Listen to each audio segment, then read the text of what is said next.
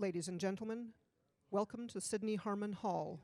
We would like to remind you that the taking of photographs and use of recording or filming devices are strictly prohibited. We also request that you turn off all mobile devices. Thank you.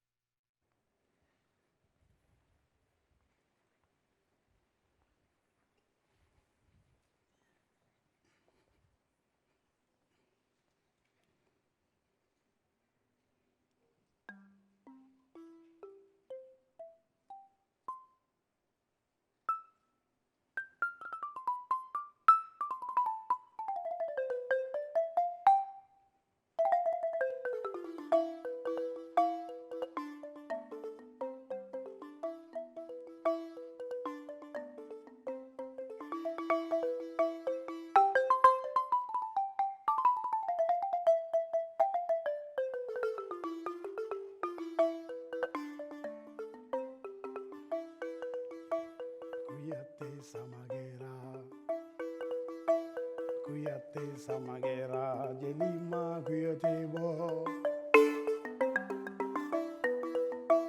Kuyate samagera jelima asege ngoma biwo jelima kuyate bo.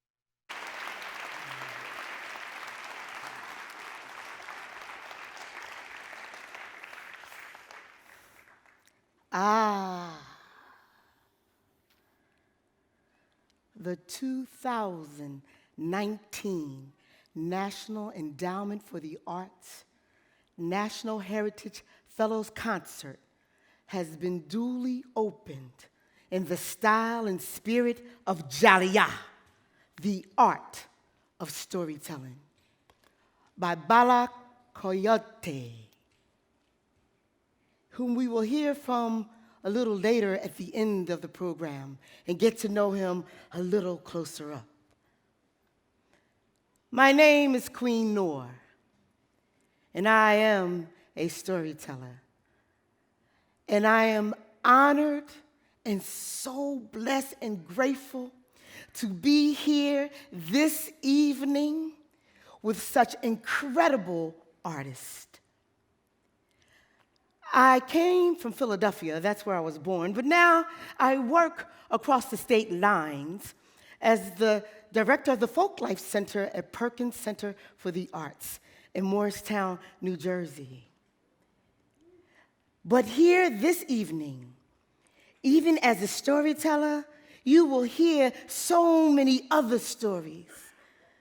And it is a special evening for me this evening because one of the awardees, the Heritage Fellows, is Mama Linda Goss.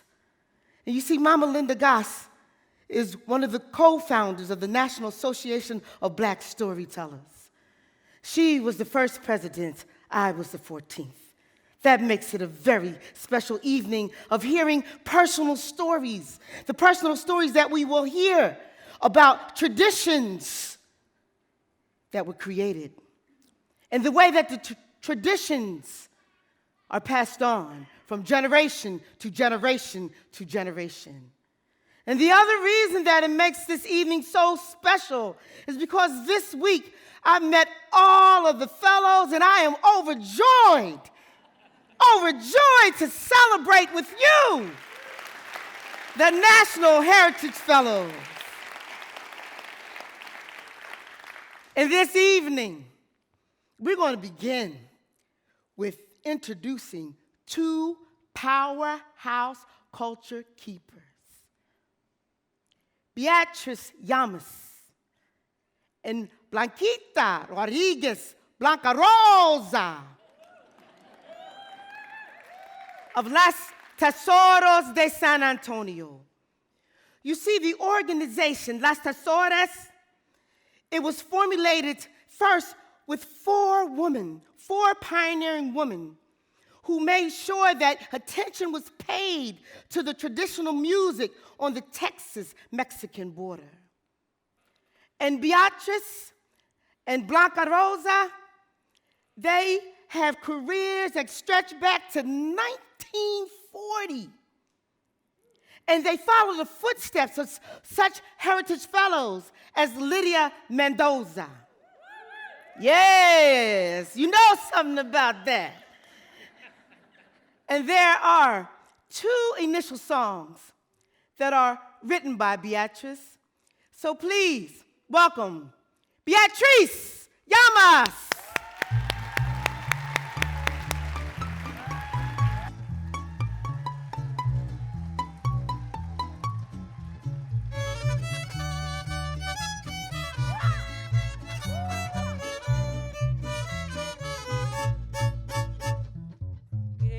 Que ya me decidí a olvidarme ya de ti, pues eres caso perdido.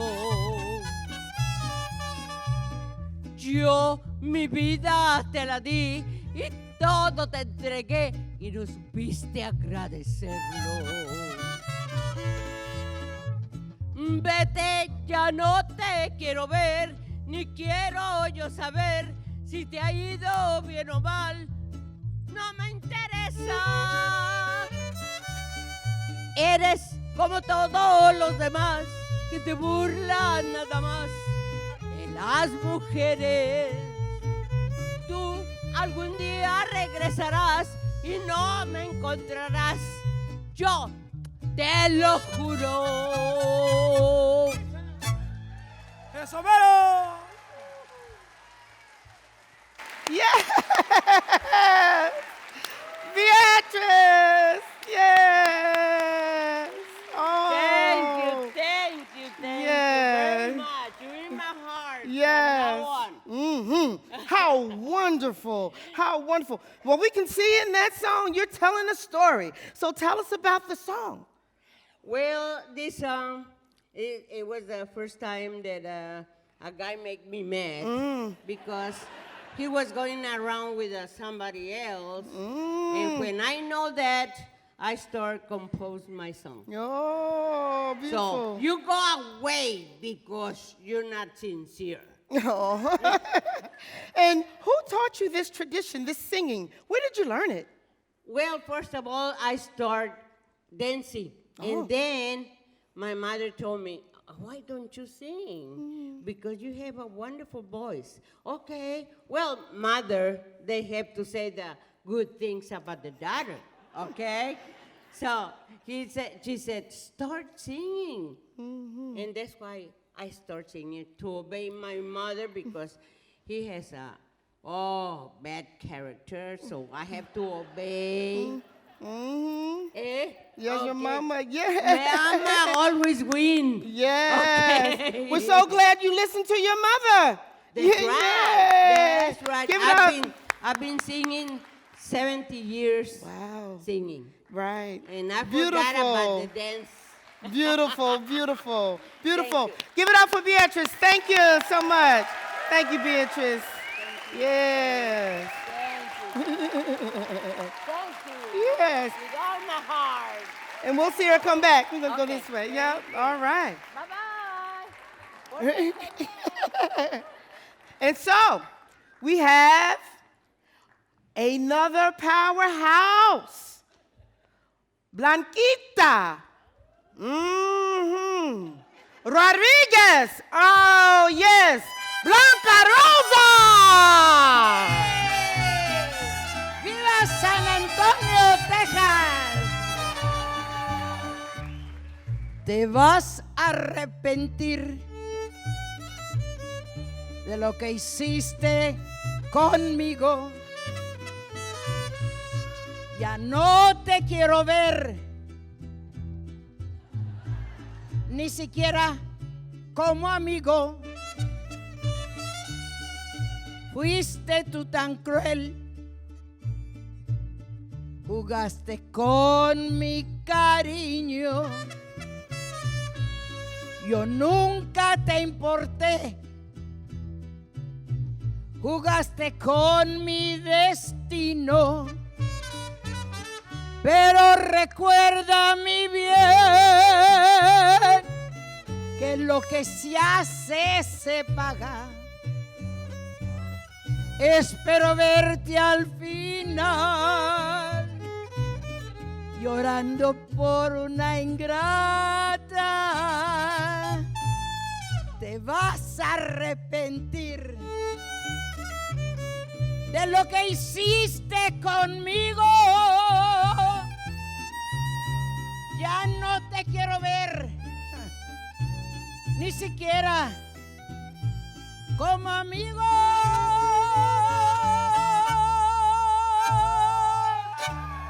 Eso. Un aplauso, round of applause for Mariachi Esperanza. Yes, Mariachi Gracias. Esperanza. Gracias. Blanquita, Gracias, Blanca mi Rosa. Mwah. Gracias. Wow. Well, we could feel it. Tell us a little bit more about that song and where it came from. This song, Beatrice wrote it. Yes. Too. And it happened when she was going to get married. And you know, she and her becoming husband, they decided to marry December the 12th, which is the anniversary of La Virgen de Guadalupe in Mexico. Okay. And you know how we mothers are. So naturally the lady says, Mijo, ¿te vas a casar con Beatriz el día de la Virgen de Guadalupe? And Beatriz says to Arturo, son of a gun, you better do what I say. But it was Mama's boy, you know. And he paid attention to what Mama said. And this is what made Beatriz so mad.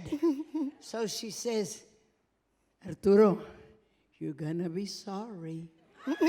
That's when she did the song. They did get married in January, but they didn't get married when she wanted to. So this is why she wrote that song.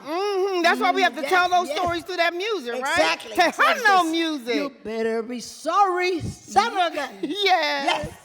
So we want to learn a little bit more about your organization, your group, right? So tell us more about the 4 women that started it. Okay, this group started as a quartet. Yes. The first one that passed away, her name was Janet Cortez, Yes. La Perla Tapatía. To our knowledge, mija, she was the only female singer in the state of Texas and probably in the United States that could sing with a tracheotomy in her throat. Wow. That's right. Right. She passed away in 2014. The next one just passed away this past January. Yes. She was 94 years old. Wow. And of course, I am 58 years old backwards. This is why I call Beatrice, she's the baby. And she says, hey, Blanquita, don't call me baby. I says, baby, I'm sorry, but you are the baby because she's only 83. Right. That's how come she's our baby. Wow. Well, we want to bring Beatrice out again, but we want you to introduce us to the band Yes, and tell of us about course. the last song that you're going to sing as well. Okay, the last song that we're going to sing is our theme song. Okay. Rita Vidaurri, the one that passed away Yes. just this past January, Yes. she put the words to it, and she entitled it San Antonio Querido, because all of us were from San Antonio, except Beatrice. She was the only lady that was born in Mexico. Okay. All the rest were Tejanos. Okay. Yes. Can you introduce us to the band? Yes. First of all, I want to introduce to you our director and arrangist, Mr. Henry Gomez. Yay! Next is the guitarron, what we call the bass player, Rafael. And of course, a mariachi group cannot do never. If a mariachi group doesn't have a trumpet player, it's not a mariachi group. So naturally, our trumpet player, Moises, let hear him. Yes.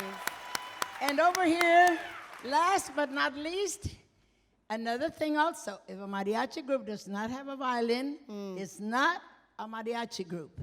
So naturally, I want to present to you none other than Moises. Yeah. Jose Luis. Well, I changed your name. Okay. You know, All right. ladies and gentlemen, a little senior Beatrice. moment. I forgot his name. I mixed him up. That's all right. I'm always mixed up anyway. So we're going to hear that theme song, right? Yes. Come on up, Beatrice. Now Let's we're bring it gonna back try out. and Beatrice interpret to Llamas. you our theme song. Please listen to the words. Yay! Un aplauso muy grande para el mariachi. Esperanza. Voz de la guitarra mía, al despertar la mañana, quiere cantar su alegría a esa tierra tejana. Yo le canto a sus misiones, a su catedral hermosa, a su paseo del río, orgullo de mis paisanos. Mi San Antonio querido, si muero lejos de ti, que digan que estoy dormido y que me traigan aquí. que digan que estoy dormido y que me traigan aquí. Mi San Antonio querido, si muero lejos de ti. ¡Sí, señor! Sí, señor. Gracias, gracias, gracias, gracias, gracias. We love you, we love you. Thank you. Blanquita, Rodríguez, Padrosa, los tesoros de San Antonio. The power of folk and traditional arts is in the house. Yes. And now we bring to you Grant Bulltail, an Absaloki storyteller from the Crow Nation, from Crow Agency, Montana. And his grandfather gave him a special name, Bise Sawaja, the one who sits with the buffalo. Please give a warm welcome for Grant Bulltail. Yeah. Hey, Makugata, come on, hey, ah, hey, ah, hey, oh, hey, ah, hey, oh, who Michirio, come on, hey, ah, hey. Wow, yes. Ooh. Grant, I gotta catch my breath because it's such an honor to sit with a storyteller of the original people of these lands. Such an honor.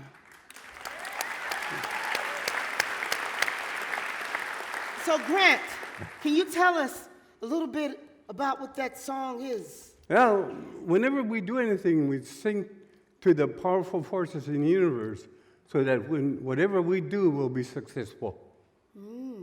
Beautiful, beautiful. Power, right? Yes.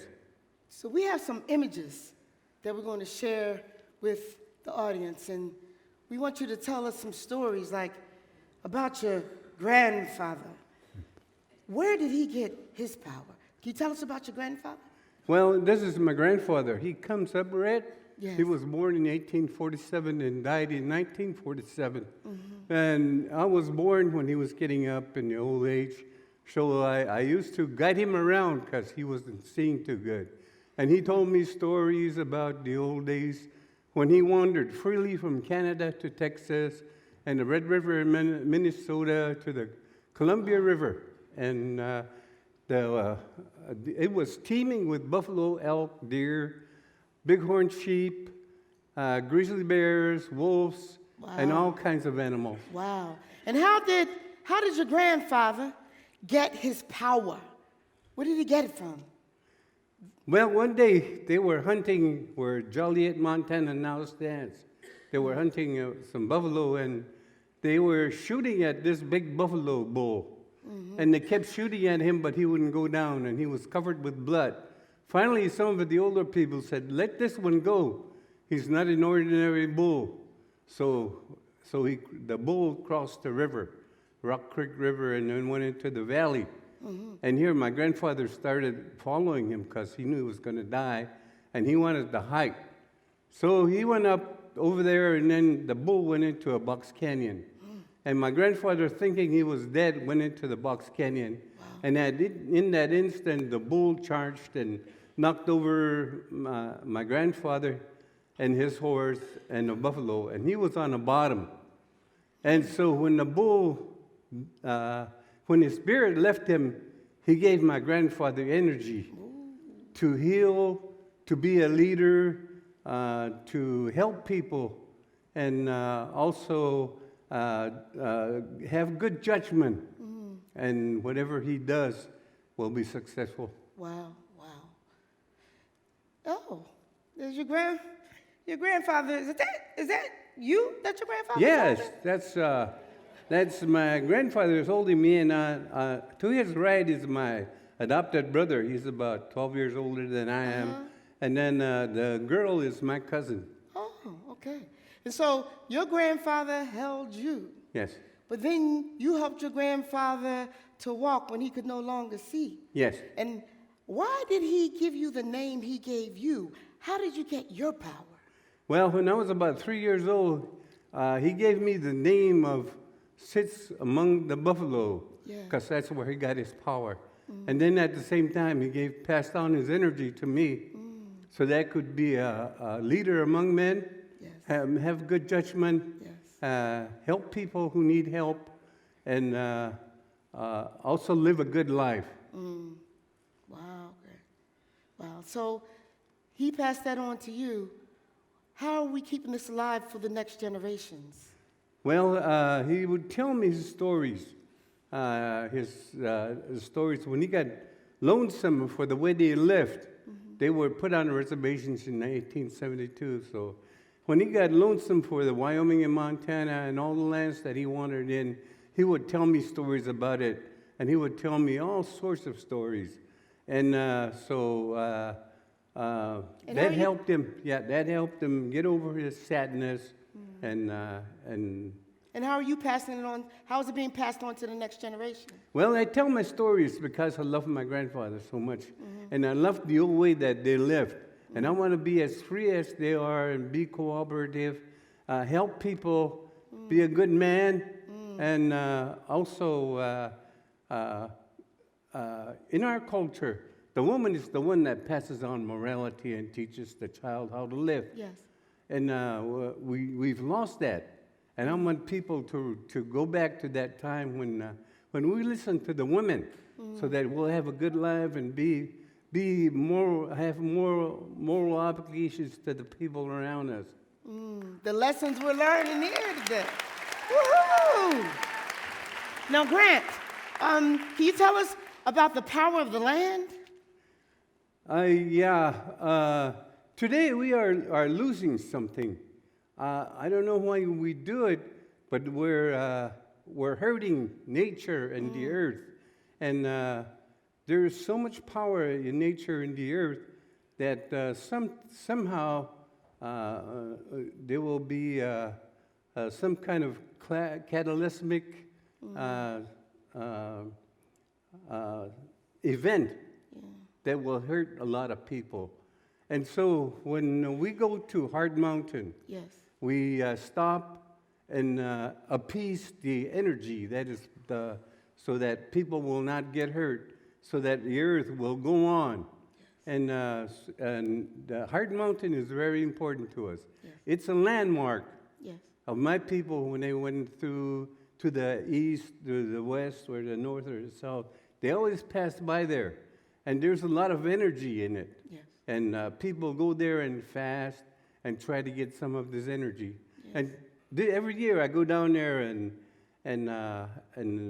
talk to the powerful forces, so that there won't be nothing bad will happen to the people and to the earth. And when you talk to it, is there a song as well that goes with that? Yes. That's your grand- When my grandfather was reminiscing about the old days and was feeling sad, Yes. would tell me the stories, and then he would sing this song.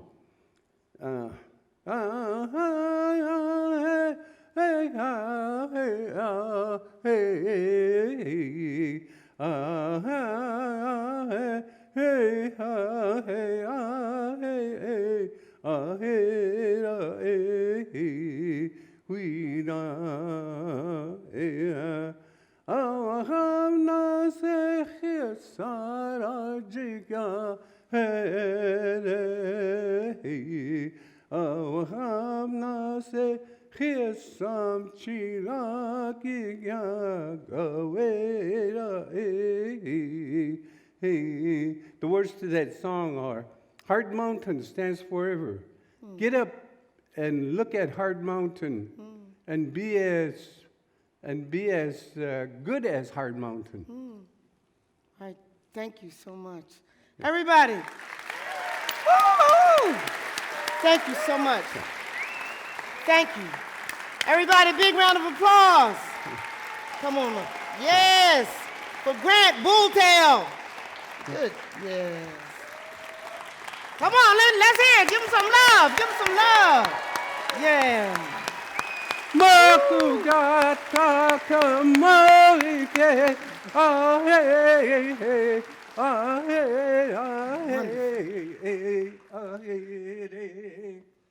Wow.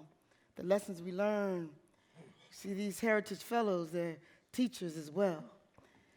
So, I'm proud to present our next Heritage Fellow. And this fellow is also the recipient of the Best Lomax Hawes Award. This award is given and presented every year to a fellow who was dedicated to the education or stewardship of live traditions. And you see, Bess Lomax Hawes, she was the longtime director of folk and traditional arts at the National Endowment for the Arts. And she was also the one who began the fellowship of the National Heritage Fellowships in 1982. And this year, that award goes to Bob Fulcher. Yes, a warm welcome for Bob. Wow, Bob. Yes. So, Bob, you're dressed in the uniform of Tennessee State Parks. Can you tell us how the state parks, what does heritage have to do with the National State Park System? Well, parks do a lot of things for people. All parks do. And conservation is the most important job of all. Wow. And you know, it's a lot of plants, animals, and landscapes, of course. But we were committed to cultural conservation and to our people and neighbors in Tennessee. And that put us with the responsibility to preserve, protect, present, honor the people's lives through their stories, their life stories, and their life skills, their arts, their crafts, their music. And we did so for 40 years, but we couldn't have done it if not initially, first from the help of the Library of Congress, Archive of Folk Song, the National Endowment for the Arts, then the Smithsonian Institution, always the National Council for Traditional Arts, and the Tennessee Arts Commission. Yes. And we're so thankful for them, Yes. or we wouldn't have done much of anything. Woo! Now, you've done much of a lot, because you have a collection in Tennessee, an archival collection, and your reputation is known and is infectious for the love of traditional music that you have. Can you tell us a little bit about the tradition and the collection that you have? Well, sure. You know, I fell in love with it, and you can't plan for that. But I had some traditional music in my family, and it wasn't until, though, I met people my own age who were playing this music that I really was attracted to it, but I became passionate about it when I heard the older generation present this music. In particular, first, a man named D. Hicks, who was a small man. He didn't have much. He did not read or write, but he had in his mind this treasury that seemed so immense, so rich, his life so abundant. I just fell in love with him and with what he did, and certainly with this body of music and art that he kept. Right. So we understand that you have a friend or a family member from the Hicks family to share some of the old-time ballads with us? That's Can right. you introduce us? Right. We're so glad to introduce Dan Hicks, who is the nephew of Dee, who I just mentioned. His father, Besford, was a mighty singer, just like his uncle Dee. And Dan Hicks is part of our future, so that we will have these songs through him and his family. He's got a 5-year-old, I know, that's going to be a singer of the old songs, the love songs, and the wild songs of the Hicks family. Here he is. Dan, yes. Give it up for Dan Hicks. Woo! Thank you very much. It's an honor to be here. Dan, can you tell us a little bit about the song you're about to sing? Certainly will. This is a song that was kind of almost like one of the Hicks family anthems, because it's a song about a hunter and his adventures. And my grandfather, Daniel Hicks, his brothers and his sons, they made their living hunting and trapping. At the time that they were living, that's the way they wanted to make their living. And that's how they made their living. So this song became very familiar to all of them and one of their favorites. And in fact, many of my family members have very earnestly stated that this song was made by the Hicks family. Well, we found that that's not true. But it still fits them very well. Okay. And it's a song about a hunter and his encounter with a wild boar, as well as some other characters. And I hope you find it very interesting. Oh, yeah, we want to hear that. Come on. Okay, it goes like this. Okay. There was a hunter in the green, dill-em down, dill-em. There was a hunter in the green, come-e-q-quam. He spied a lady up a tree, come-e-q, kittle down, killy-co-quam. What keeps you here, my fair lady? Dill-em down, dill-em. What keeps you here, my fair lady? Come-e-q-quam. I'm kept here by a wild boar, come-e-q, kittle down, killy-co-quam.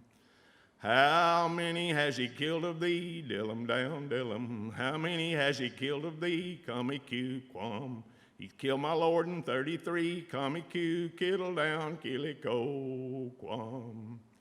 Now how can I this wild boar see? Dill-em down, dill-em. Now how can I this wild boar see? Come-e-q-quam.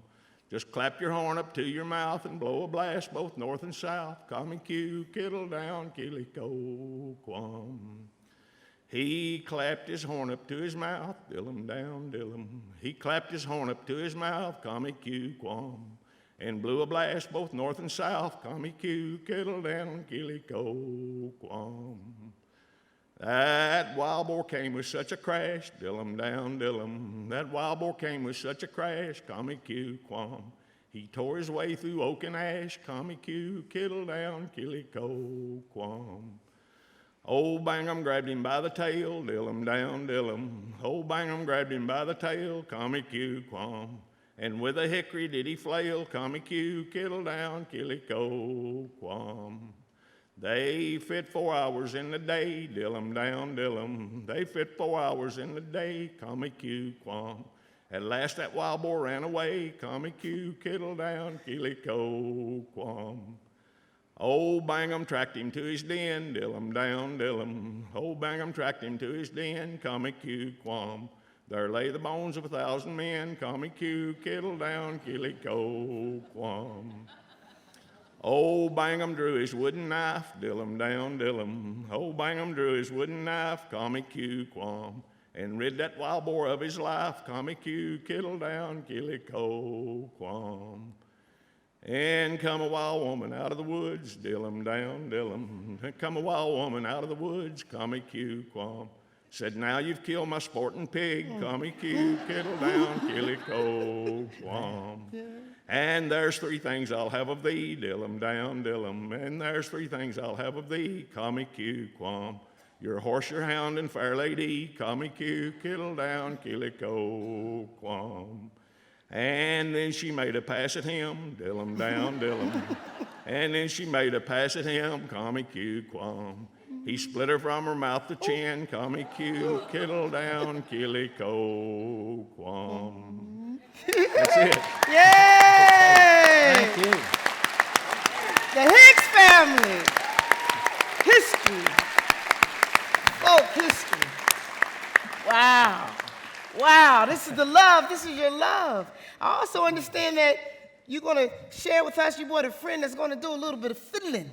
Oh, that's right. Yeah. These songs and these fiddle tunes, they weren't made of good stuff. They wouldn't last it for 200-300 years. Now, you've got to respect that, Right. Queen. So what's so important about us to preserve him? Please introduce your friend.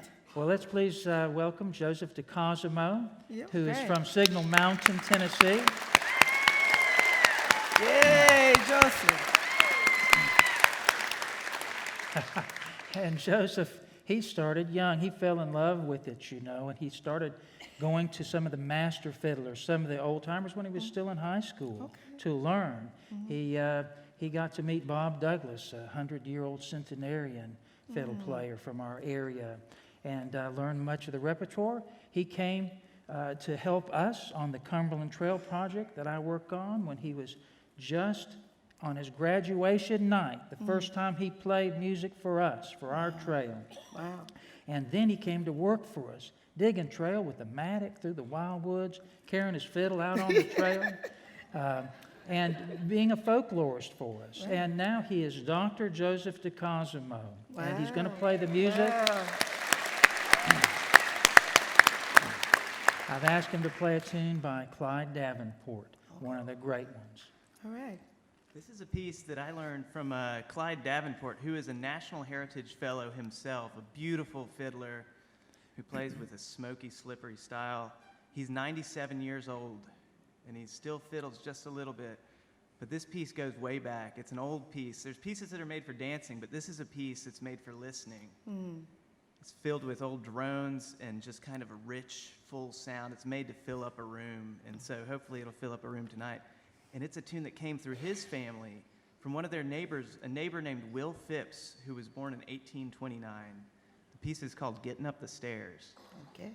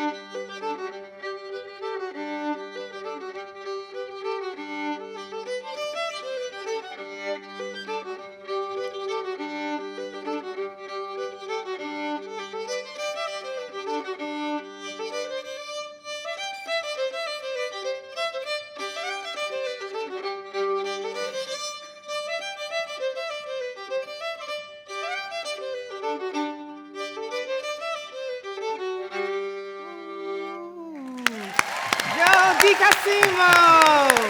Thank you, Joe. Wow, thank you so much. Bob, I can see the sparkle in your eyes Oh, I from love the it too. music. And what we know about you is that you have always been an advocate, even for National Heritage Fellows. And you have mentors that have come through your program, like Betsy Peterson, who is now the director, right in the Library of Congress of our Archive and Folklore Folk Center, of the American Folklore Center at the Library of Congress. So thinking about that, and I can see the sparkle in your eyes with your friends and the people you have mentored. What do you think about the future generations of this music? Well, I think I'm pleased that there are more people now who can fiddle that style of fiddling than when Clyde Davenport was first introduced me to it, and others have heard it. I think we've got a great generation of young musicians coming forward, an abundant generation who love the art. It's timeless. It has value that will not erode, and it will be taken up by those that love beauty. Oh, thank you so much. Everybody, please, Thank you. Bob Fulcher, round of applause. Thank you so much, Bob. Thank you. Woo! Man, learning something tonight. The house is full of folk art, folk traditions.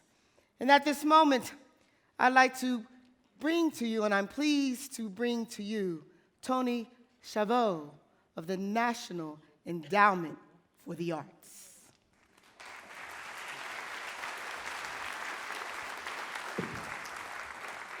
Good evening. On behalf of Mary Ann Carter, the chairman of the National Endowment for the Arts, it's my pleasure to welcome you to the 2019 National Heritage Fellows Concert.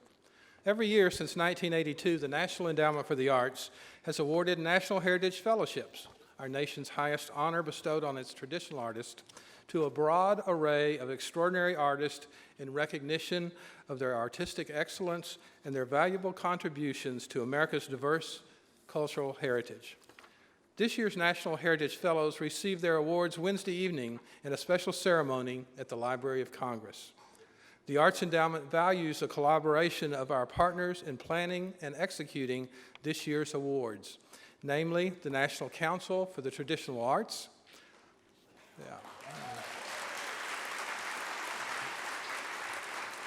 the Library of Congress, and the Library of Congress's American Folklife Center. To Laura Bottinelli, the Executive Director of the National Council for the Traditional Arts, and to Madeline Ramez, the Council's Associate Director, our sincere appreciation for their terrific work.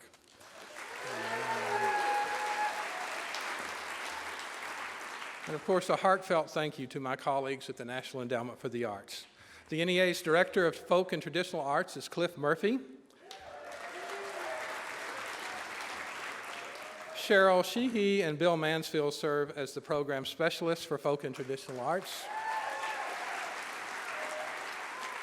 And they, along with Aaron Whaler and Rachel McKean, are especially deserving of our gratitude for bringing these awards and this evening to fruition. The Arts Endowment is incredibly lucky to have all of these dedicated professionals on our staff. Tonight, you will meet some of America's finest master artists who practice some of the world's oldest artistic traditions, traditions which are profoundly different. They are rooted in cultures that span the globe and practiced in communities that span our nation. Tonight, we're given the remarkable opportunity to see, on one stage, at one moment in time, the unique spirit, histories, customs, and artistic visions as many different American communities come together as one. Through music, story, and craft, tonight's honorees will weave together the story of this country, its creativity, its energy, its brilliant depths of beauty.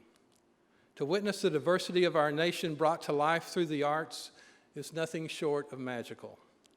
It serves as a reminder of the power the arts have to bridge our differences and to connect us as neighbors, as humans, and as Americans.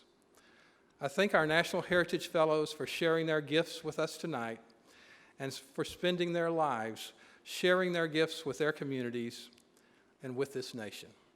Thank you and enjoy the evening.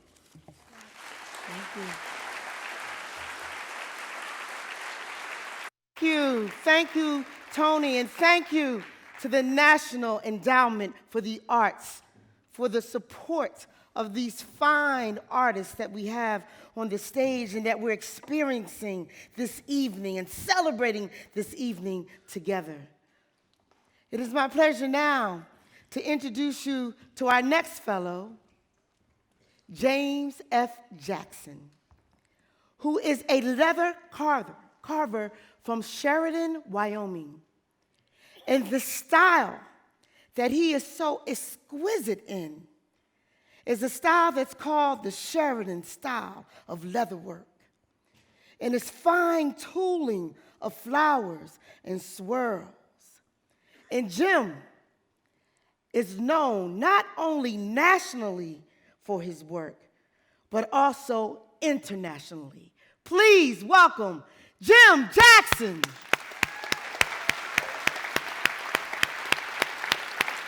Hey, Jim. Goodness. Wow. Man, this is almost like just being at your studio at the Brenton Museum in Sheridan. Yes, sort of. I have a little heavier bench, but this'll do fine. Oh, wow. At least we get a peek into how do you even start this work that ends up in such beauty? Well, it's a complex process, but initially, I order hides from the tanneries and that type of thing. And when you're building all sorts of things, and over the years, I did lots of custom leather work. 30 years at King's Saddlery, which was quite a wonderful experience. But I start with the hides and start cutting out parts, figuring out how to put them together, that type of thing. And once you have the parts cut out and so forth, you case the leather and start working with the leather. And casing, you have to soak your leather well, let it sit for a few days, bring it back, and get it to start. Then you can start tooling on it. Okay. So let me show you. I'll show you how I do this. Okay.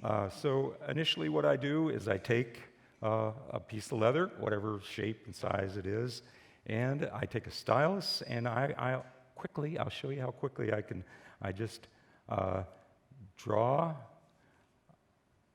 lines like that. That is all I need to do for a flower. Wow. So you make a few lines. I've cut so many flowers in my life that I have a pretty good idea of what to do with it. But this gives me a pretty good basis to begin with. So I begin with a swivel knife, and I'm going to cut this pretty quick and go through my tools. I'm not going to explain all the tools and so forth because it takes some time, but I will go ahead and start cutting a flower here. Wow. So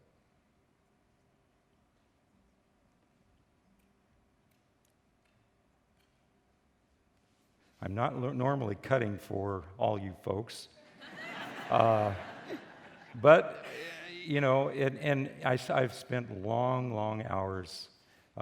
Leather workers all over the world,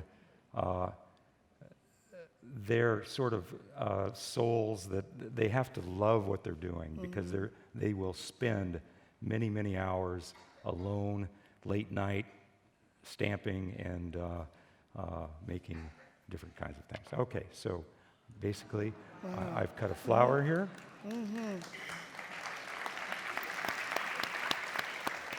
And what I'm going to do here is I'm going to start the stamping process. So you stamp it. They're only giving me so many minutes to stamp this thing, so I got to get through it. You're doing a mighty fine But job. actually, I stamp pretty quickly in the shop. When I was going to college, I worked for 4 different companies, and I used to stand up late at night and turn up the rock and roll and just stamp like crazy. Okay. Now, so what I'm doing here is sculpting. And basically, leather carving that's what it is. It's what they call bas-relief or shallow sculpting. And I'll run this little tool around the flower real quick.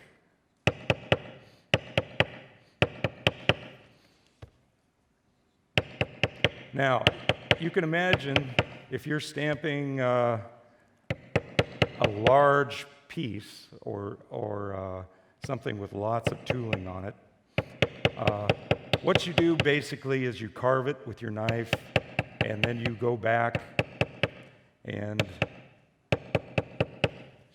after you carve it, you run through a series of tools. So to stamp a belt or something like that, it takes about a dozen tools. So okay, so I've run that tool around there. Mm-hmm. It's starting to take some shape. Right. I'm going to hit this tool here a little bit. Get a little nicer. I work on a marble at home, and it's not this loud, so it's a little. Okay, you take your center stamp here. All right. Did I wake anybody up out there? Okay. This is another little tool. I'm going to work around the center.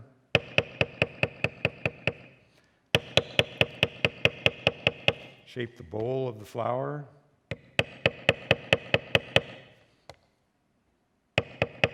And you make your own tools, Jim? I do make my own tools. Wow. Don King, a fellow I worked with for many years. Wow. He was a very fine tool maker, and I was fortunate to go over to his old shop, and he taught me lots of things about making tools. Don King, he built the World Championship saddles for the PRCA, the Pro Rodeo, and has a famous saddle shop in Sheridan, Wyoming, where that's where I'm from. So, okay. I put a little texture on that flower now.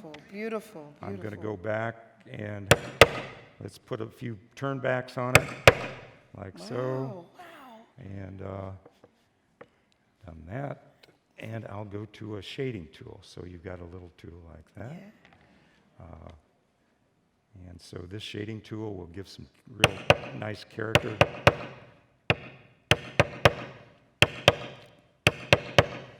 To the flower then.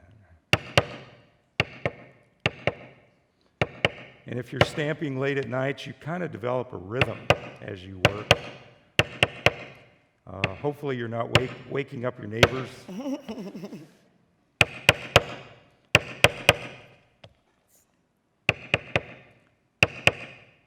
Absolutely fascinating. I'm just about done stamping, but once I get done stamping it, Yes. and so forth, what I'll do is I'll work this out here.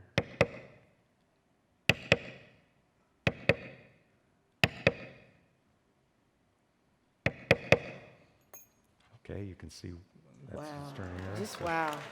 So Beautiful. then you end up by going back to your swivel knife, and the swivel knife will give some nice movement to each one of these petals. And again, what I'm doing is just drawing with the blade. And actually, I can draw a circle much better with a swivel knife than I can with a pencil.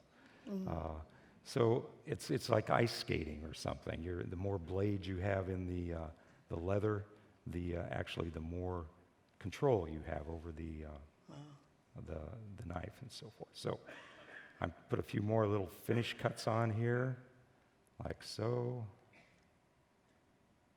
The swirls and the. And let's put a little marker there.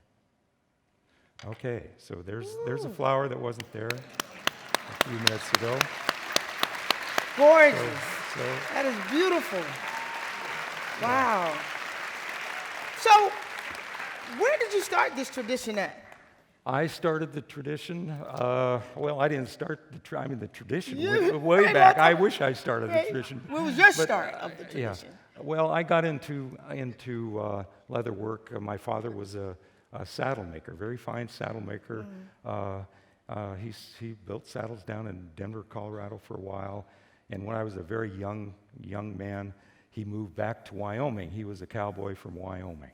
And so he taught me the trade. I grew up in a saddle shop. I didn't have a choice as to what I was going to do. Okay. So, that experience is something that, I'll always remember working with my father. He died fairly young, but I went on to work at King's Saddlery for about 30 years.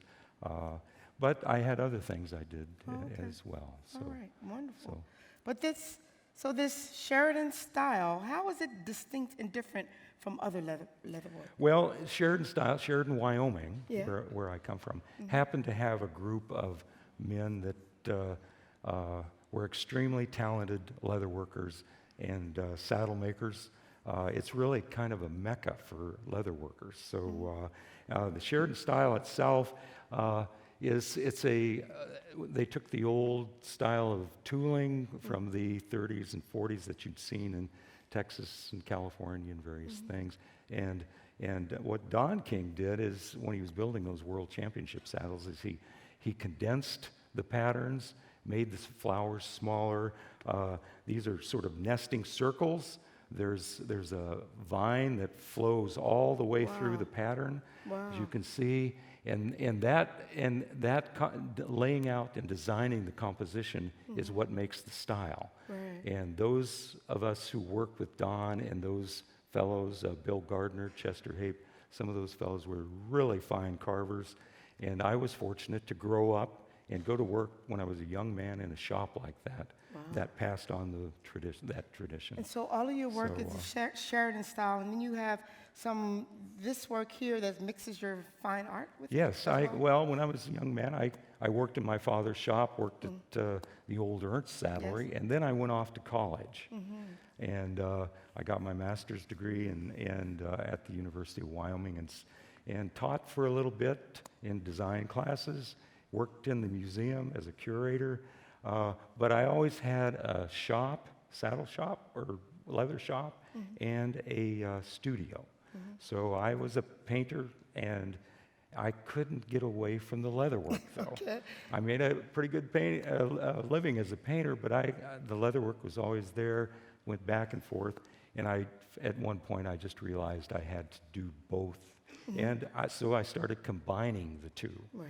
So that was a natural combination for me. So, And we understand that you've done some other combination as well on an international level, and that you have combined leather work from intercultural or cross-cultural. yes, Can you tell us about that? I'm working with the Brenton Museum out of Bighorn, Wyoming, which is about 10 miles from Sheridan, and I help curate some shows there.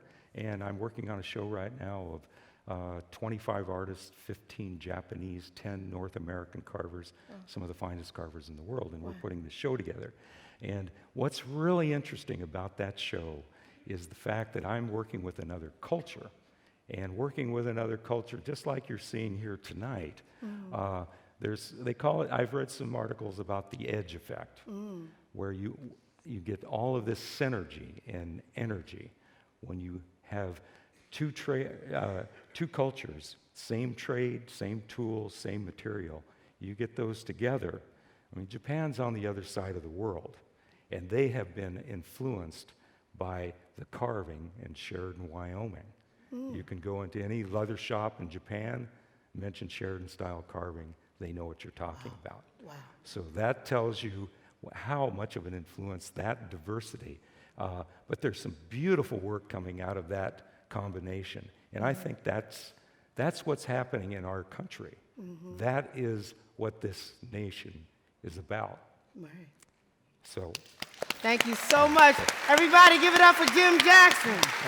Thank you so much, Jim. All right, thank you so much. Are you feeling the edge effect?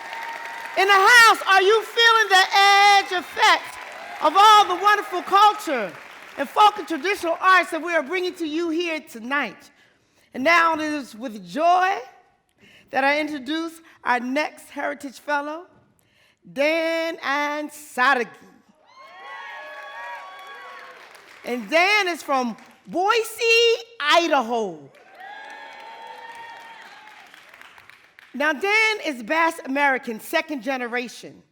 His grandparents came from the Basque country of Spain, and they came to Idaho to work on the sheep ranches. Now, that tradition, the tradition of the Basque, has flourished. We're talking about the music and the food and the dance because of culture bearers like Dan Ansargi. Please give him a round of applause.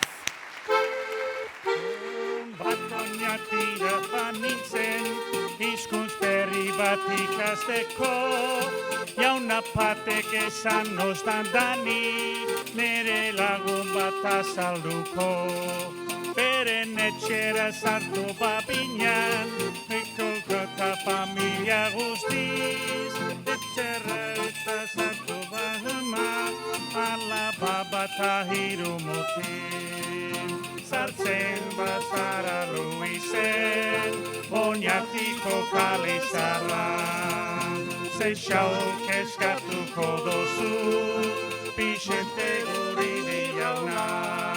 Etxera inbitatu gintuan, Akostani familiarekin. Izea eta hana honenak, Parea eta humeekin. Asko jan behar dozu imanor, Esan noche Marcos ekarri, Handia izan nahi duzu ezta, Zure aita izaten barri. Saltzen bazara Luisen, Oñatiko kale zarran, Seixauk eskatuko duzu, Bixente Guridi jauna, Iri paratadoa, Iro ezino beha, Ate bikaina, Taberna da torreia.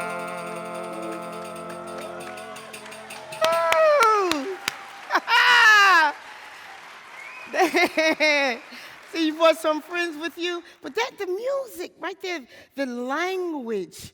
Can you tell us a little bit about the story and why in the story in that song, why is it so important to preserve the Basque language? Well, the story kind of came about from a trip that I had my sophomore year of college, when our Boise State University had a program there, and we had about 4 years of it where we had anywhere from 35 to 80 Americans who went over to learn the Basque language. It was a time when the Basque language had just shortly before that been legal to speak and to teach, and Chris Peter on guitars, his father, was able to manage to take a group of Americans over there, and about half of us learned Basque and about half learned Spanish, and through that trip I met a man named Bixente Guridi, and he was fortunate enough to take myself and my roommate into his house at times, and we got to go have meals there and learn the importance of that language, and it's something that we'd grown up with. My father always spoke to my grandfather in Basque. We always heard it from my mom's side as well, but we really only picked up a few words, and so it was important that year over there, I was able to learn some Basque. Wow, what's the history of the Basque language? Basque language is very old. It predates the Spanish, French, which are all Romance languages, and was there before the Romans gave them their names, the Vascongades, the Basques, and so they spoke about them as a kind of a strange people with a strange language, and so we continue that strange language, and the strange people goes without saying. Okay, so if I want to come to Boise with the strange people and the strange language, right? And I wanted to come at a time when there was a Basque festival, what would I see, smell, taste? What would happen? Oh man, end of July we always celebrate a great feast day there, and we have the festival there in Boise. There on the Basque Block in downtown Boise, you would smell Basque food. You'd smell lamb and chorizos and all sorts of wonderful things. You'd hear Basque music, bands like ourselves that are down there playing. The Oinkari Basque dancers would be down there, and it's a lot of fun. You'd hear a lot of the language too. Okay, just older generations, or tell me about the generations that I would come across. We're lucky in Boise. We have it continuing on, and we have some younger people as well. We teach the button accordion and tambourine that Sean and I have been teaching now for a number of years, and we have people all the way from 8 to 80 in that group, and so we're keeping it going as much as we can. All right, and so you brought some of your family with you? I did. I brought Okay. a mess of family out in the crowd that keep making noise, and then. Yeah. And then we have my son Nick, my daughter Ellie. They're going to be here dancing, and my nephew Pachi and my niece Isana. They're going to do some give us a little example of bass dancing.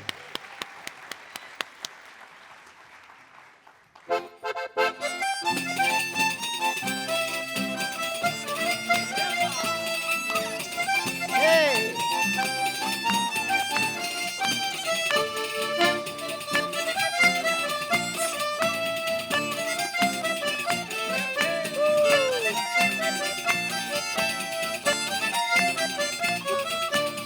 Music ran through the El Sola, Triquitisha, Keta Boxa.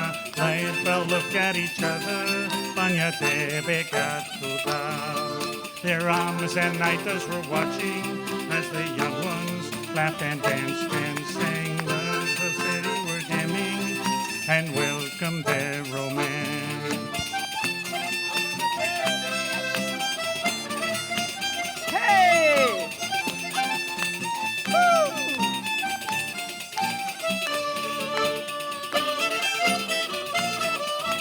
Hey.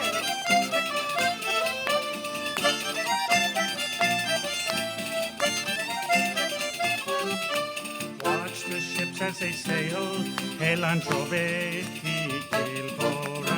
Knew one day he'd be leaving Idaho. He'd send for his loved one to join him, and a new life would wait for them. Far from he's watching Begia, eta tebe katuta.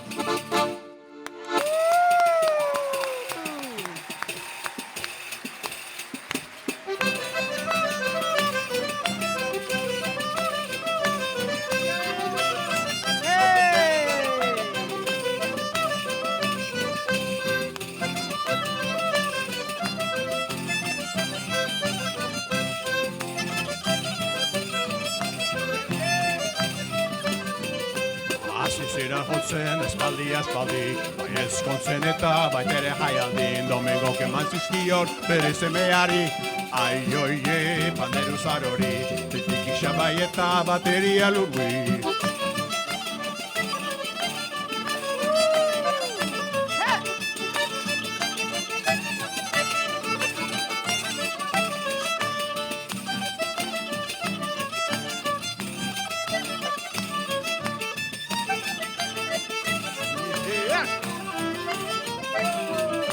Started out together over 30 years ago. I can't believe it, it was 30 years ago. Jimmy took a break and let us have a go. Ay, yo, yay, the birth of Bordago. I can't believe it, it was 30 years ago.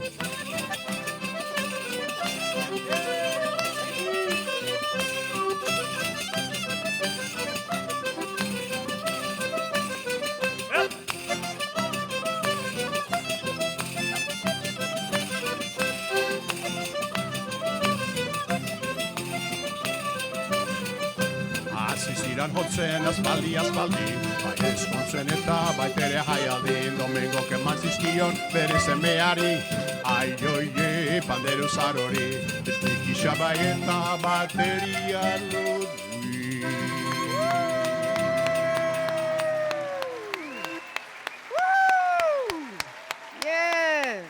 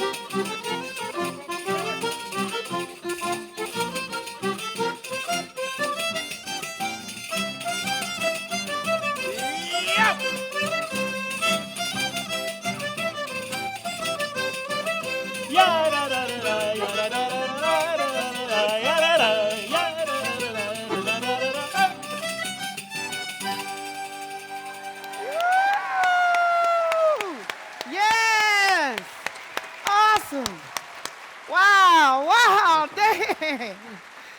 Boy, before we hear the last piece, can you please introduce us to your band and the dance? Oh my gosh, yeah, over here just to my right is Oliver Thompson on violin, the whole stage left, stage right thing over. And right next to him, my good pal Chris Peter on guitar, who's helped me just write songs and have fun and start bands. Out on pandero on the tambourine, Sean Ockett, who's been teaching tambourine in Boise for a long time and been dear to me. That's American tradition. Can we have one more song? We got it. Yes. Come on, you want to hear that? Come on, give it up.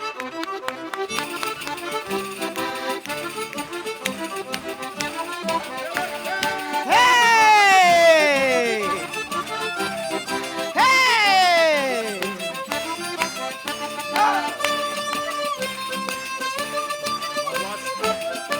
Hey! Oh, hey!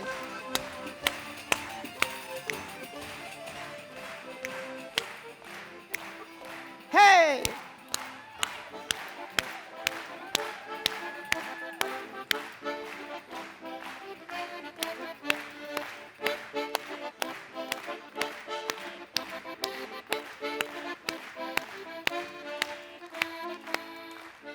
Dennis Sadeghi and friends. Woo! Whoa! I was on my way to Boise. But no, I have to stay right here, because we're going to come a little bit closer as we introduce our next fellow. He lives in Marion Station, right in Maryland, but down on the eastern shore of the Chesapeake Bay.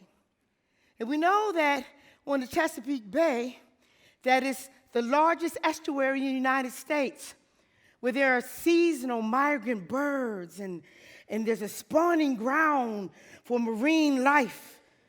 And let me say that Rich Smoker, he sits and he watches and he inhales it and he takes it in. And we get to experience the reflection that he sees through his beautiful artwork. Please, let's welcome Rich Smoker! Opposite side. Hey! Rich Smoker! Yo! How you doing? He's doing it this side. All right. You get our things all messed up. Yeah. Did you notice the groupies that come out and put this stuff out? Oh, yeah. Man, I got to get a better agent at home. Right. So it looks like you're at home, but you know, hey, Rich, I think a lot of times people would look at this beautiful work and they say, "Oh man," they might even say it's yours. They might say that's Rich Smoker's, but he's a decoy artist. But you have something to say about that, huh? Yeah, I call myself a wildfowl carver. Okay. You know, it sounds better. Well, I can get an extra $50 a bird that way.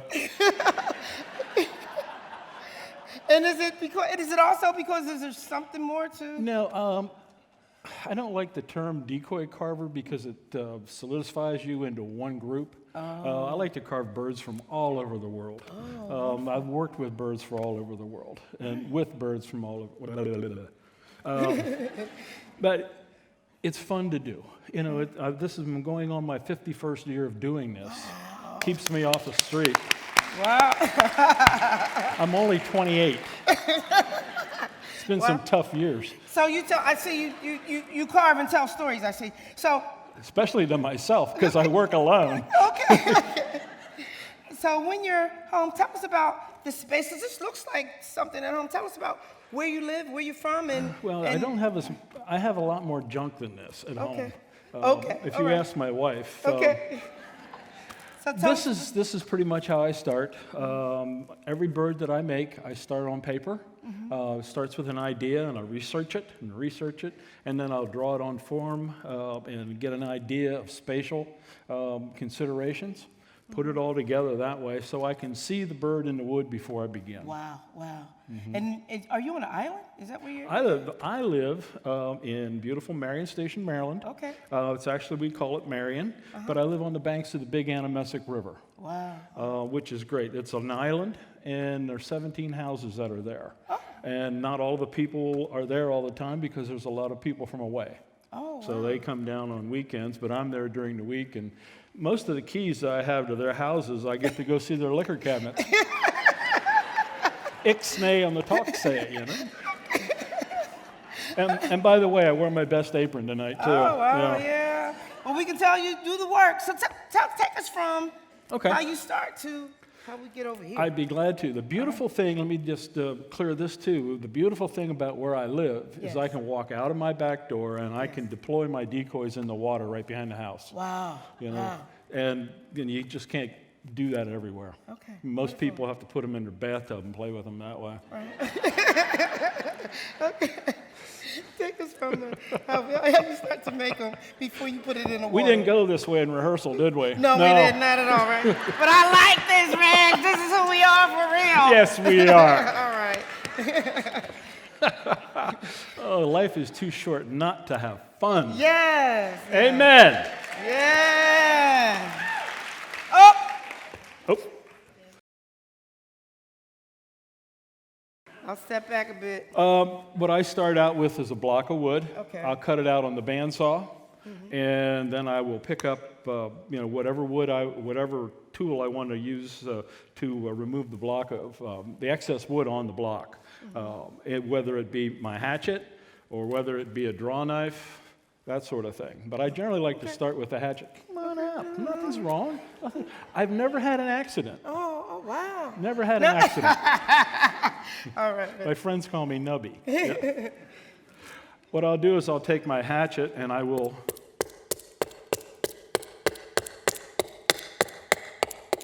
remove the excess wood as I work. And just like Jim earlier, you get into a rhythm. Yes. And you get to have that pleasing noise of the wood being cleaved with the hatchet, of which something I really enjoy to feel and see. You can see this as it goes. What I'm working with here is a piece of Paulownia, Royal Paulownia. It's the royal tree of Japan. It was brought to this country in shipping crates. They would send the pods, the seed pods over that would cushion china. And once the china was taken out of the box, they would get rid of the seed pods and dump it along creeks, backwoods, that sort of thing. And this Paulownia grows that quick, very wild, and we harvest it. Actually, we call it cottonwood. Cottonwood here, not to be confused with the cottonwood that's out west. We don't really carve that, but we call this cottonwood because it cuts very easily. And this block that I'm carving on here is a remnant from the Sandy hurricane. It was one of my neighbor's trees that I constituted into a chopping block and reuse it. Wow. It's very hard. It's aspen, so it's a neat wood. Once I've chopped this bird of this weight, I will grab a spoke shave. I use a spoke shave, and I'll complete the rounding process. I'll take the facets off of the ones that the hatchet leaves. And what I'm really doing is making a mess for them to come back out here.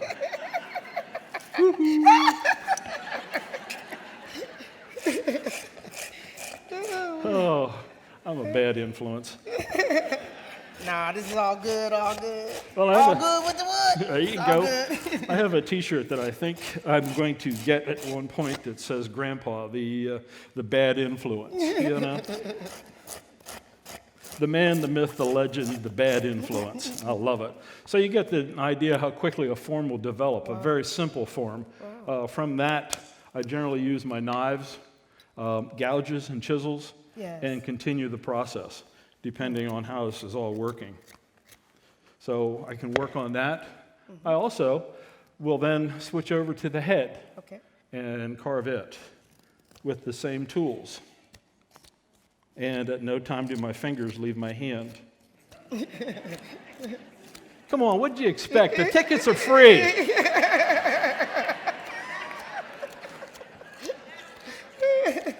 This is a tough group. Wonderful, wonderful.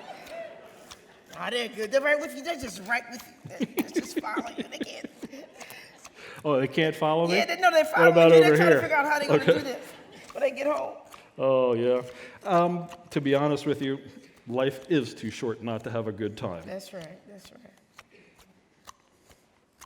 So you get a general idea Yes. using a knife, a hatchet, and a spoke shave that you can continue on. This is a special blade, too. This is a bent blade called a Swedish hook. It's actually a copy of something that was used originally in Egypt, a scorp. They used it to make bowls and spoons. Wow. But this is a modern take on that blade. Okay. And I use that a lot since I've had carpal tunnel surgery on both hands. Wow. What this will develop into, and what I'm making with this is, I worked with the Ward brothers a little bit. I've got to know them over the years and admire their work because they're very close to me, less than about 5 miles away. And I'm making a traditional rig of decoys that they would have made. I'm making forms off of theirs, and mainly because they used to be used on the big anamessic. I have one in my collection that was carved by the Wards, and I would like to see that tradition carried on. That those birds that they made would be floating on the river. Okay. So this would be my rendition of theirs. And what I've got here is I have one of the heads that's carved just like that one. This will be a pair of black ducks that I'm going to be finishing. And the original ones were made out of balsa wood, but I find balsa very tedious to work with, and it doesn't hold up very well. Okay. I'm going to stop eating pizza. Well, they feed you so well here. They've been feeding us since we got It's here. unbelievable. So, yeah. I'm not going home. All right. So anyhow, what I've got here is I've got, when I carve these, Yeah. when I cut these out in the bandsaw, I generally cut them in half. So I can hollow them out on the inside. And what I've got here is the bird itself hollowed out. Wow. And I've cut this out with a Forstner bit and hollowed this, taking a lot of the wood out. What I'll do now is I'll come back in with a gouge and clean this all up and round it all up. Because what I do with this whole thing is I take the shot that I pick out of birds that I've killed, and I recycle it. And I put it in the decoy and seal it up so that when you shake it, you can hear it rattle. Oh, really? Yeah. No. No. Okay. Oh, God. So we go from here to There. Wow. And this, by hollowing this out, it also Yeah. takes the stress off the wood so that it doesn't okay. crack. Okay. I was wondering Just why in you case, hollowed it out. just why you wanted to know, didn't it? Yeah. Yeah. Okay. This will be on the test. All right. So from when we go from the shop yes. and you get to the other art form of painting, are there two different types? There's a number of different birds here. On the top shelf, we have replicas of something like my grandfather. I envision my grandfather might have made back in the heyday of decoy making. Okay. There's a ruddy duck on that far side, a duck on that far side that with 150-plus-year-old barn lumber that was made that way, and I distressed the finish on it. And the same with this shorebird. Okay. The only thing I do modern on that whole thing is I use 4 different woods on the base. Because what it does is it crosses the lines from where the birds breed and to where they migrate to. There's a terminus of their migration, there's a block of wood there, and on the top is where they block of wood from where they come from, where they breed. Wow, so I like to cover all those bases. I'm telling a story with the wood. Yeah. And I distress the finish to make them look old, and so they mellow. Beautiful. So what's the difference between this work up here is utilitarian and Utilitarian, this yeah. is more the artistic it's more piece? decorative. The duck on the end, this black duck, it was one that I did back for the Smithsonian. Well, 36 artists were, 36 decoy carvers were asked to compete in a decoy contest on the Smithsonian, the mall. Yes. During one of the folk festivals that they had, and that was my entry. It's a solid block of tupelo that's been hollowed, and then on the bottom it's a piece of wenge from Africa, wood, beautiful wood. And that was my entry in the contest. Out of 36, it finished second, and I'm still mad about it. Woo! You can't be mad about that. That's awesome, Rich. And then this is one block of wood. And can you tell us about how you detail the feathers? The curls on that mallard are out of the same block of wood, so I carve each one of those individually. Okay. Now, do yourself a favor and turn it around. Okay. Because So like this way? like that, Okay. all the way around, so people can see the beautiful speculum on there, the beautiful wing bars on it, because I put a lot of time painting in that, and this is shameless self-promotion. Wow. So those are what I call decorative birds, carved out of a single bird, a block of wood rather. And what I do is I don't detail each feather, but I detail them with a paintbrush. I love to sit and paint. Some days it drives me to drink, and that's the one thing I'm indebted to it for. But That's why you need the keys to those 17 houses. bada boom, bada bing. But it's fun to do, and the same with its mate, the hen mallard. And there's a shorebird there by the name of Willet, and that's in breeding plumage. That was a bird that was best of show at the World Championships one year. Wow, congratulations, man. Both, thank you. Congratulations. Yep. Wow. So you And- mentioned, did you mention the Ward brothers? And, No, I think you did. Oh, did I? So there was Lim Ward, right? Len And- Ward, who was a 1983 Heritage Fellow, also. Okay, all right. Yep. Unfortunately, he died in '83, so he didn't get to enjoy the time. I'm hoping I'm not going to do that. No, you can't, because No. you're just too much fun. Oh, yeah. So there's Lim Ward, Heritage Fellow. Yes. Right, and then And there's his brother Steve. Then his brother Steve. He passed on in '79. Okay. I got to know both of them a number of times. I've met them and talked with them. I never really got to work with them in their shop. Okay. But you go into the shop now where Lem and Steve both worked, and you open the door, and there's one of my cards stuck on the wall. Oh, wow. It just blew my mind when I saw that. Yeah. Wow. And so that's history and It folk is. art and It is. and how you speak and communicate to one another. How are you going to speak and communicate and make sure this gets passed on to the next generation? That's a good question. I started with my father. My father and I started carving together, so I'm the second generation carving. Beautiful. And I have a brother that carves. Yes. The third generation that carved would be my daughter, who Yeah. won Daniel Fraser Award at the World Championships one year. Yes. All right. I wish she still carved, but she does other things. Okay. I'm now working with the fourth generation. Mm-hmm. Both my grandson Logan and my granddaughter Emma are carving. Wow. Wow. Yes. Yes. And I hope to keep working with them. Over the years, I've had over 3,000 students in classes. I guess they can't find jobs. The best thing that could happen to me is I have somebody comes to me and I teach them carving, and I never see them again, because that means that they've learned enough that they can do it on their own. Beautiful. I've had over 20 apprentices, and I'm still working with apprentices, and I love teaching. Right. Keeps me off the street. Passing it on. That's what it is. Now I gotta ask you. Uh-oh. I gotta ask you. Yep. Every day you wake up and do this thing. Oh yeah, I love this. This is more fun than chasing around the neighbors with rocks. Okay. I do. I try to get up early, especially where we take care of the grandkids in the summertime. They come up to Grandpa's daycare, they call it. And the emphasis is on Grump Paw. I heard that. I was trying to figure that out. I was like, did he say? You heard it right, yeah. And so what I'll do is I'll get up early and I go to work and enjoy doing what I do. I used to work 7 days a week and love every minute of it, from 5 to 5 or whatever, whatever that. My wife retired, so we spend some time together now. And Oh, no. yeah, Oh. yeah, much to her chagrin. Everybody, please give it up for Rich Smoker. Woo! Yay. All right. We have a broom?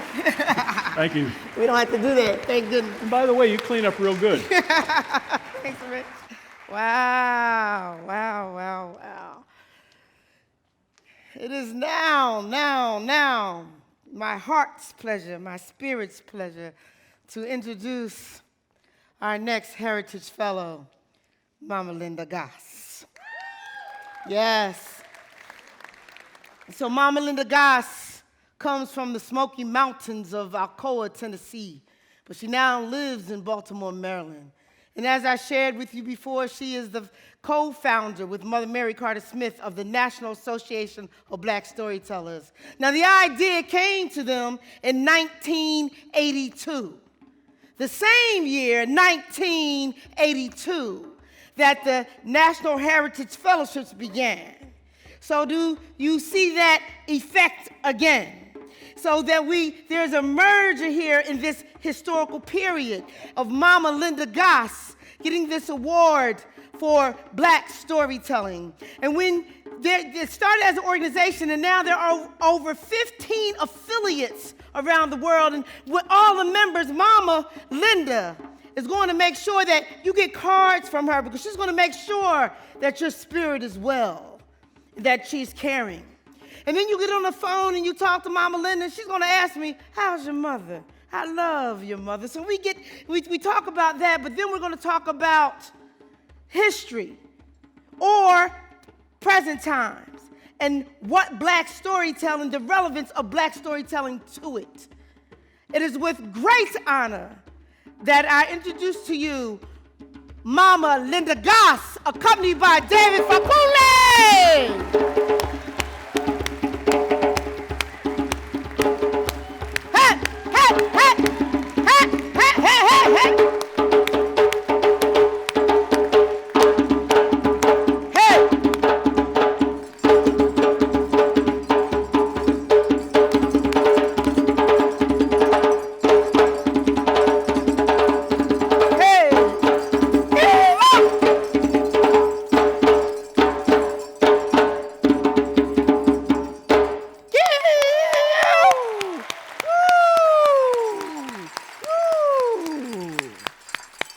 Everybody doing? Doing good? Yes. Are you really doing good? Let me hear you. Yeah. I'm going to share with you a field holler. All right. I learned in the cornfields, growing up in Alcoa, Tennessee, near the Great Smoky Mountains, along the Pistol Creek. Mm-hmm. Some of you have heard me do it before. It's a call and response. Mm-hmm. Well, oh, well, well. Well, oh, well, oh, well. Well, oh, well, well.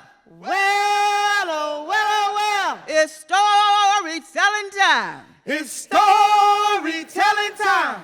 Now, before I continue, as part of our tradition, I ask permission from the elders, if I may continue to speak.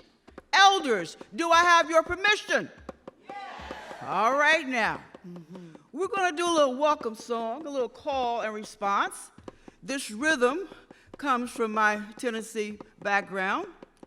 And I'm going to call out, I'm going to say, gather around my people, and you're going to clap your hands and say, well, well.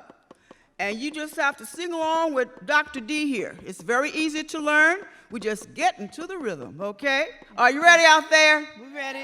Are you ready out there? Yes. You sound like you're ready. Gather round my people. Well, well. Gather round my people. Well, well. Gather round my people. Well, well. Well, well. Well, well. Come on, clap. Hey. Come on, clap. Come on, clap. Woo. Gather round my people. Well, well. Gather round my people. Well, well. Gather round my people. Well, well. Well, well.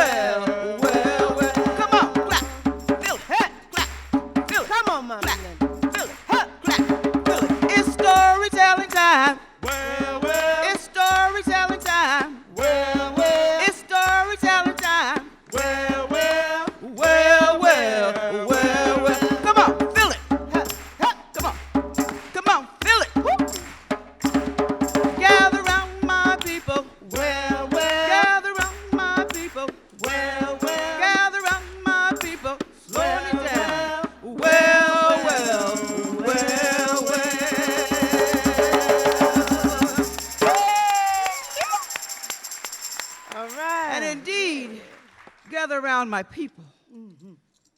I'm so blessed to be here tonight.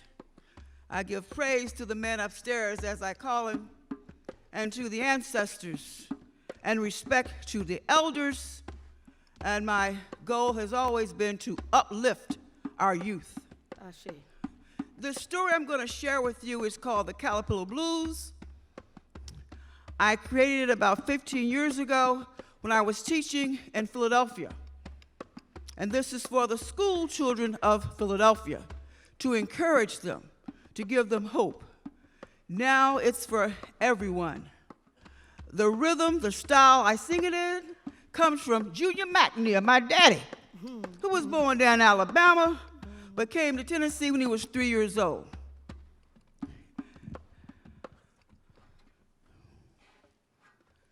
Come gather around my people.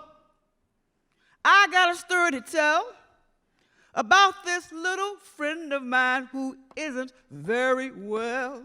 There once was a caterpillar who was sad as she could be. She felt that she didn't belong, didn't fit in the community.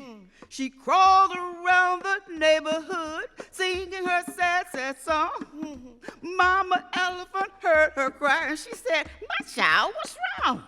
I wonder as I wonder, feeling blue, oh me, oh my. I look at all the animals and I ask, oh, why can't I? Why can I be like the bumblebee? Why can I be like the ant? I want to run as fast as a cheetah, but I can't, oh Lordy, I can't. I'm looking at that tall giraffe. I want a long neck too. Mama Elephant, you're big and strong. I want to be like you. I want to climb up the mountain. I want to see across the sea. But all I do is crawl on the ground, hoping no one will step on me. Do do do do do do do do. I'm feeling blue. Do do do do do do. I don't know what to do. Now Mama Elephant blew her trumpet and she said, "Wake up!" Mama Elephant blew her trumpet and she said, "Cheer up!" Oh, little caterpillar, you shouldn't feel that way. A change is gonna come one day. Please listen to what I say. You are a story, you are a poem, you are a shining star. Yes. You are unique, you're one of a kind. Be proud of who you are. Hear me now. You are a story, you are a poem, you are a shining star. You are unique, you're one of a kind. Be proud of who you are. Life is not always pleasant. Many things will make you cry. But you gotta hold on, cause within your soul lives a butterfly. You will soar over the mountain. Yes. You will fly across the sea too. Come on, Mama Linda. So get to work, jump right in and see what life has in store for you. Cause you are a story, you are a poem, you are a shining star. You are unique, you one of a kind. Be proud of who you are. Hey. Do do do do do do do. Fly, butterfly, fly. Do do do do do do do do. Fly, butterfly, fly. Now that little caterpillar, listen to what Mama said. She began to smile. She dried her eyes and lifted up her head. Thank you, Mama Elephant. I know what you're talking about. I'm gonna stop complaining, start my training so my butterfly can come out. Cause I am a story, I am a poem, I am a shining star. I'm unique, I'm one of a kind, I know I can go far. Hear me now. I am a story, I am a poem, I am a shining star. I'm unique, I'm one of a kind, I know I can go far. Now all of us are caterpillars with a butterfly inside. Come on, teach. Remember Rosa Parks and Martin Luther King and let your conscience be your guide. Do do do do do do do. Fly, butterfly, fly. Come on out there, spread them wings. Do do do do. Come on, fly, butterfly, fly. Come on and fly. Do do do do do do do. Fly, butterfly, fly. That's right, fly. Do do do do do do do do. Fly, butterfly, fly. I'm talking about transformation, a very peaceful nation. I'm talking about transformation, a very peaceful nation. Come on. Transformation, a very peaceful nation. One more time. Transformation, a very peaceful nation. Yes. Fly, butterfly, fly, butterfly, fly, butterfly, fly, butterfly, fly, butterfly, fly, butterfly, fly.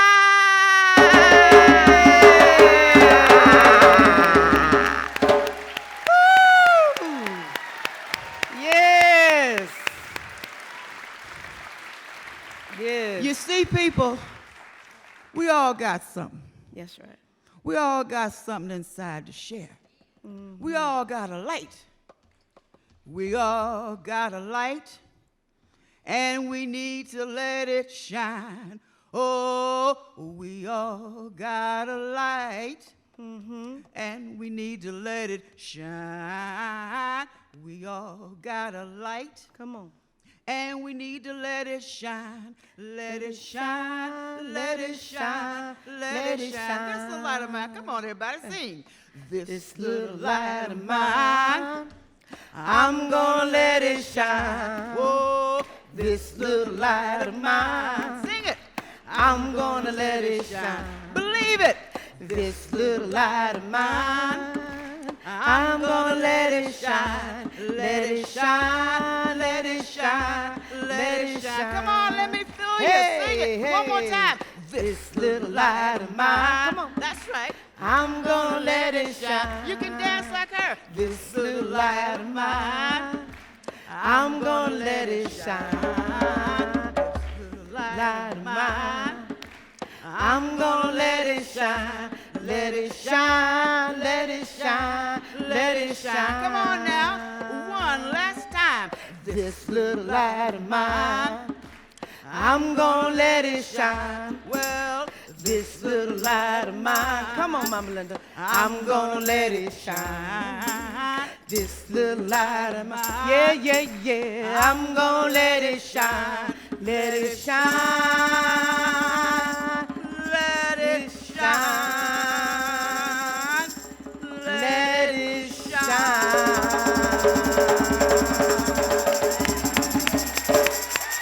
Let your light shine out. Yeah. Let your light shine out. Yes. Because you are the story. Wow. And everyone has a story to tell. Yes. And you tell your story. Tell it the way you want to tell it. That's what all of this is about. You claiming and reclaiming your own story. Yes, ma'am. Even if you're scared, even if you're not sure, even if you don't want everyone to hear it, you still tell that story to somebody. Even if you tell it to yourself in the mirror, you tell that story. Yay, Bo. Okay. Yay, Bo. Yay, Bo. Mama Linda Goss, everybody. Mama Linda Goss. Hey, my lady, my lady, my lady. Love you, All baby. right, love you too, Mama Linda. Love you, baby. So, Mama Linda, this is a moment of transformation. Yes, it is. Transformation. Yes, it is. And when you came out, you were ringing your bells. Oh, and yes, We yes. know that is a call, but that call got some roots Oh, got some up in roots. your family. Can you tell It us got about some that? roots. Well, when I first became a storyteller back in the 70s, I told my granddaddy Murphy, because he had passed down so many stories to me, I said, Granddaddy, I'm ringing bells and I'm telling stories. I'm a storyteller. Now, I didn't know what he was going to say, because he was kind of quiet. He could be mean sometimes. So he got up, went in the bedroom, came out with this. And he said, Young'un, you know, my job on the plantation down in Alabama was to blow this bugle and wake up the people. That's right. That's right. And he said, that's what you're doing now. You're waking up the people. And so he gave me this bugle. I don't know how old it is, but it's got to be at least 100 years old. But I'm so thankful because this was him passing on something to me.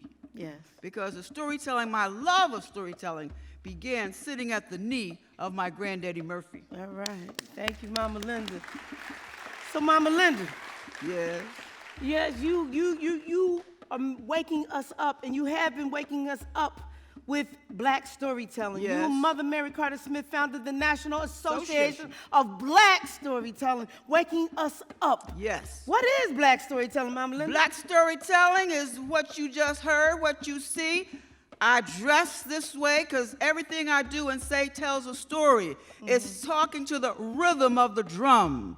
It's reaching deep within. It's that spirit. Even though the drums were taken away from us in this country we call America, they didn't take away our rhythm. They didn't take away our soul. That's right. So our blues and our spirituals and our stories reflect the motherland and what we have experienced over here. So Black storytelling is all the ways in which we define ourselves, in which we tell and communicate a story. We might shout, we might do call and response, we might preach, we might testify, signify. It's all the ways in which we tell a story. That's right.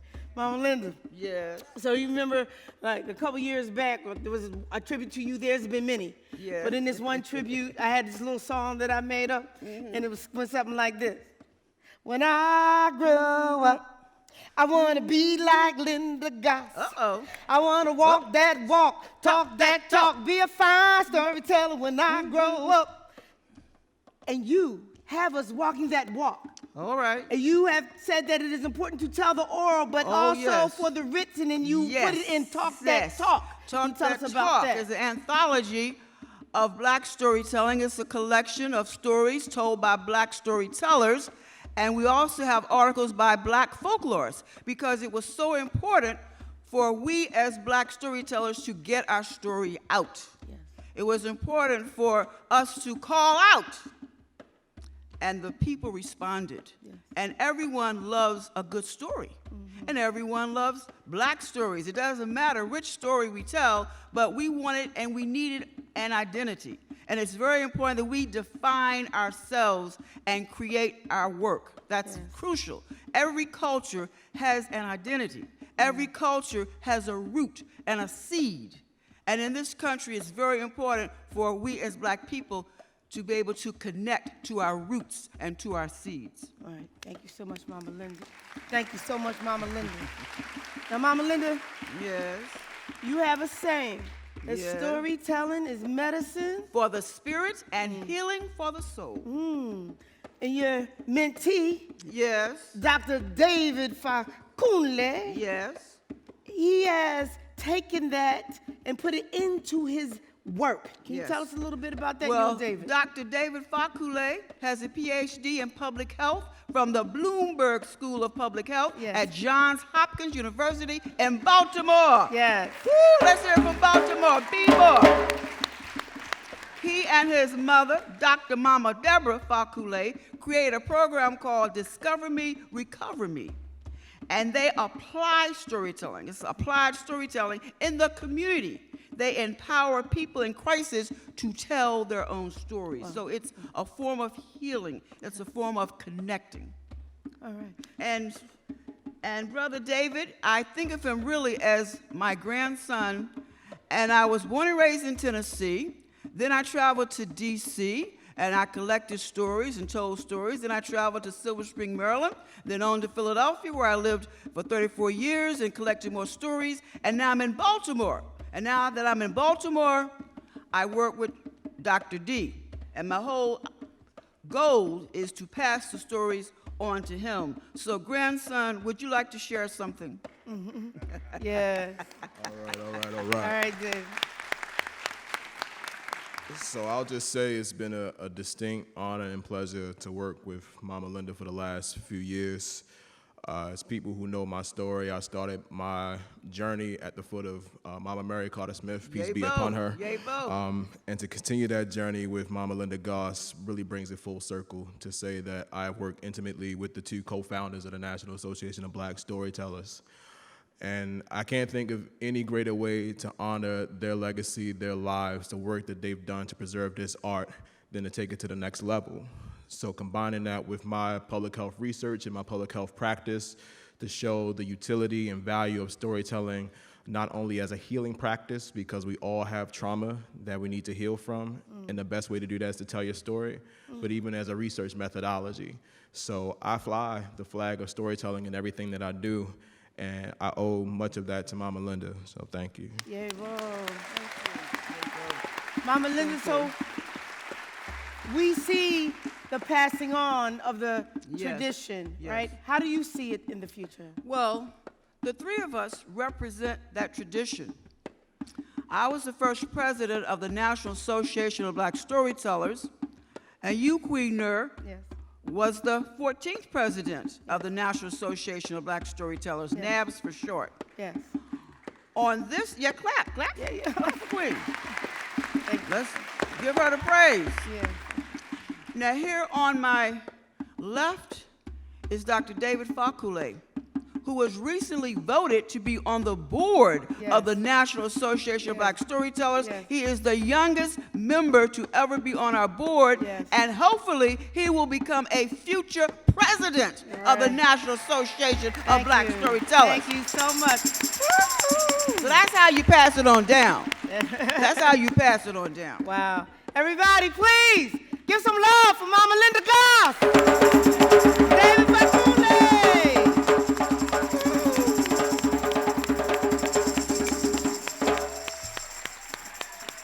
Yes.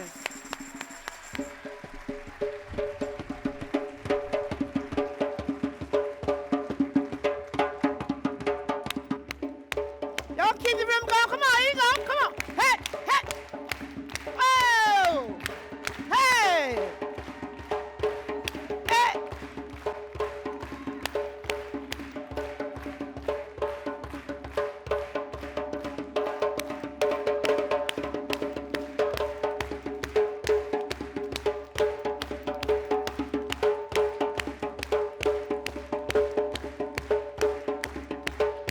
Hey. Hey. Hey. Thank you, David.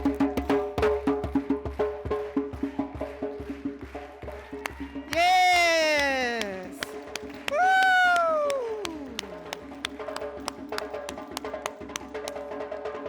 Woo!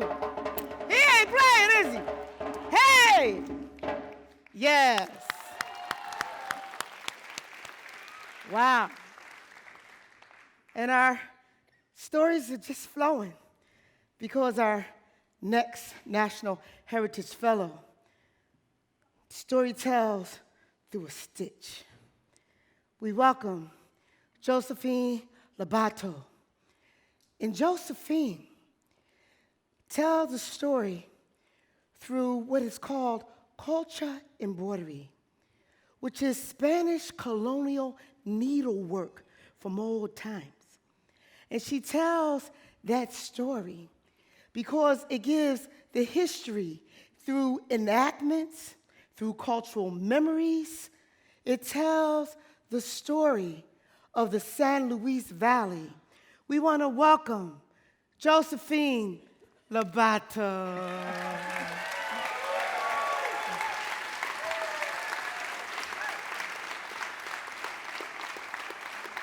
Wow. Josephine, guys, how are you? Just fine. This evening, you good? You're good. Yeah. Hard act to follow. Oh, no. Not at all. You got it, Josephine. Look at that. Matter of fact, hard act. We understand that you're the one practitioner in Colorado who does this one-stitch culture embroidery. Can you tell us what is culture embroidery? Well, actually, colcha means blanket. Oh. But the stitch became known because they used to make blankets. Oh. So it kind of stuck. Okay. Can you show us what that one stitch is like, or the stitch from culture is? This stitch is a magic stitch. So if you learn the stitch, you're really learning something magic. Okay. It's called the couching stitch. And the couching stitch it has no knots. Wow. It ties itself.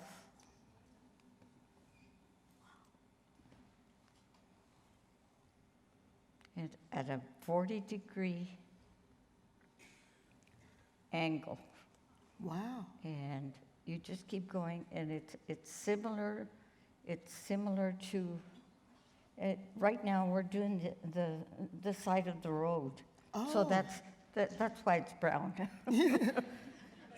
So within this story, this stitch that you're doing, you're making a road inside of a pictorial story. Right.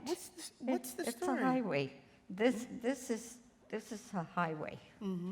This is a highway. Okay. And this building in front has already been acknowledged as the national. It's also it's not an NEA, but it's a national acclaim. Okay. But it's a workers' association, one of the oldest workers' associations in not just in Colorado, but in the United States. Oh, wow. So it's got national acclaim. It's called the SPMDTU, Wow. which means Society of Mutual Protection of Workers. Oh, Sort of, it's a little political, but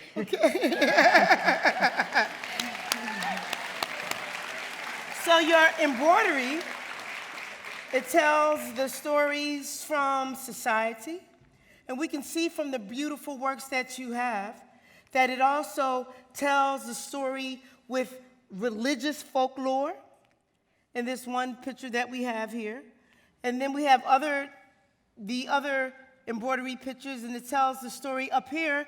That's of occupational folklore, is that where it's about sheep workers. And it tells the rituals of family.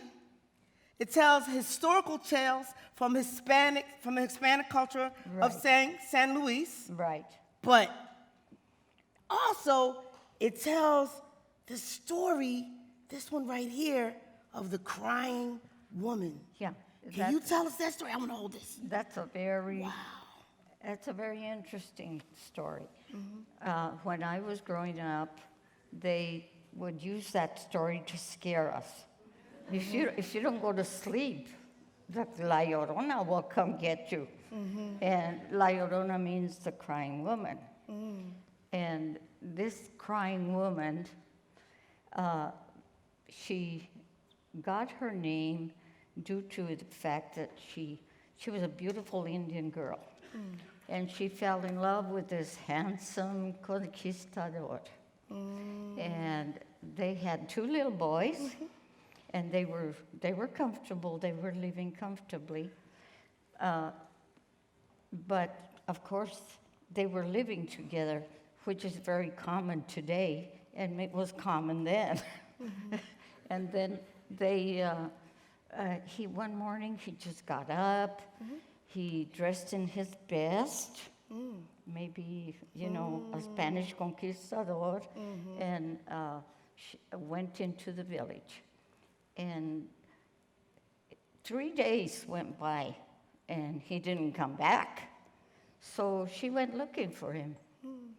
And lo and behold, she found him coming out of the church with a bride on his hand. And I think you would know how she would feel. She was devastated. She was devastated that he had gotten married to someone else. Sure. And she went home, and she took it out on her kids. She threw her little boys into the river. And the current was too strong. And of course, the water took them pretty fast. They were still very young little boys. And she runs along the river, going just desperate. She pulls on her hair, and she's devastated. And she screams and yells, "Mis hijos, maté a mis hijos." That means, I killed my kids. And of course it's too late, but even today, the trees and then the edge of the river in some places are haunted by her cries, because she screams and she yells, I killed my children. And Anyway, it's the following day, they found a beautiful Indian maiden dead on the riverbank. They couldn't save her. So that's the story of La Llorona. But there's a lot of Lloronas or crying women in the world. Even today, we get a lot of stories. Yeah, we do. And you put it beautifully in your work. Please give her a round of applause. But wait. So, I gotta ask, do you pass that story on to your children? It's passed on from generation to generation to generation, you know. All right. So that's she has more fame than than Wow. Beyonce.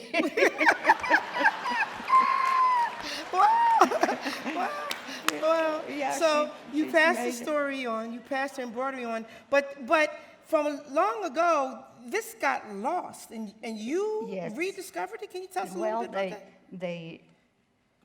they may have, when they migrated, when the Spanish people migrated from the into the New World, and then migrated all the way to Colorado, Yes. they somehow lost the art. Wow. And it was present in museums, but it wasn't being practiced. Oh. And so when I got a grant, I decided I would see what I could do about restoring it to the state of Colorado. So we have quite a few people that have taken lessons and workshops so they can learn. I go to the University of Colorado in Colorado Springs, and the art students love doing this. Wow, wonderful. Cultural bearing in the community and within your family, because you Right. make sure that it gets passed down to your other generations. Right. Oh, can you introduce your other My family? daughter, Rita, that's it. Hi, Rita.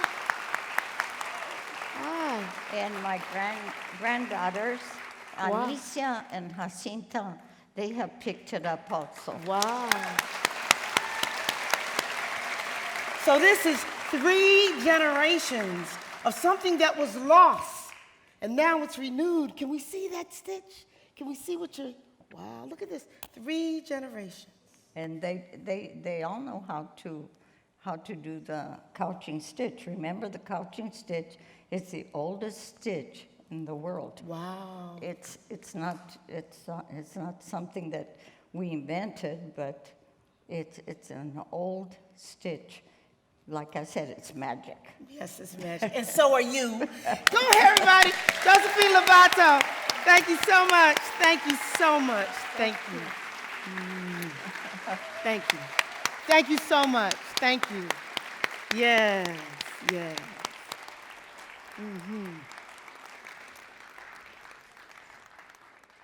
So before we continue with our final, thank you so much, we want to give some thanks as we come to our final artists.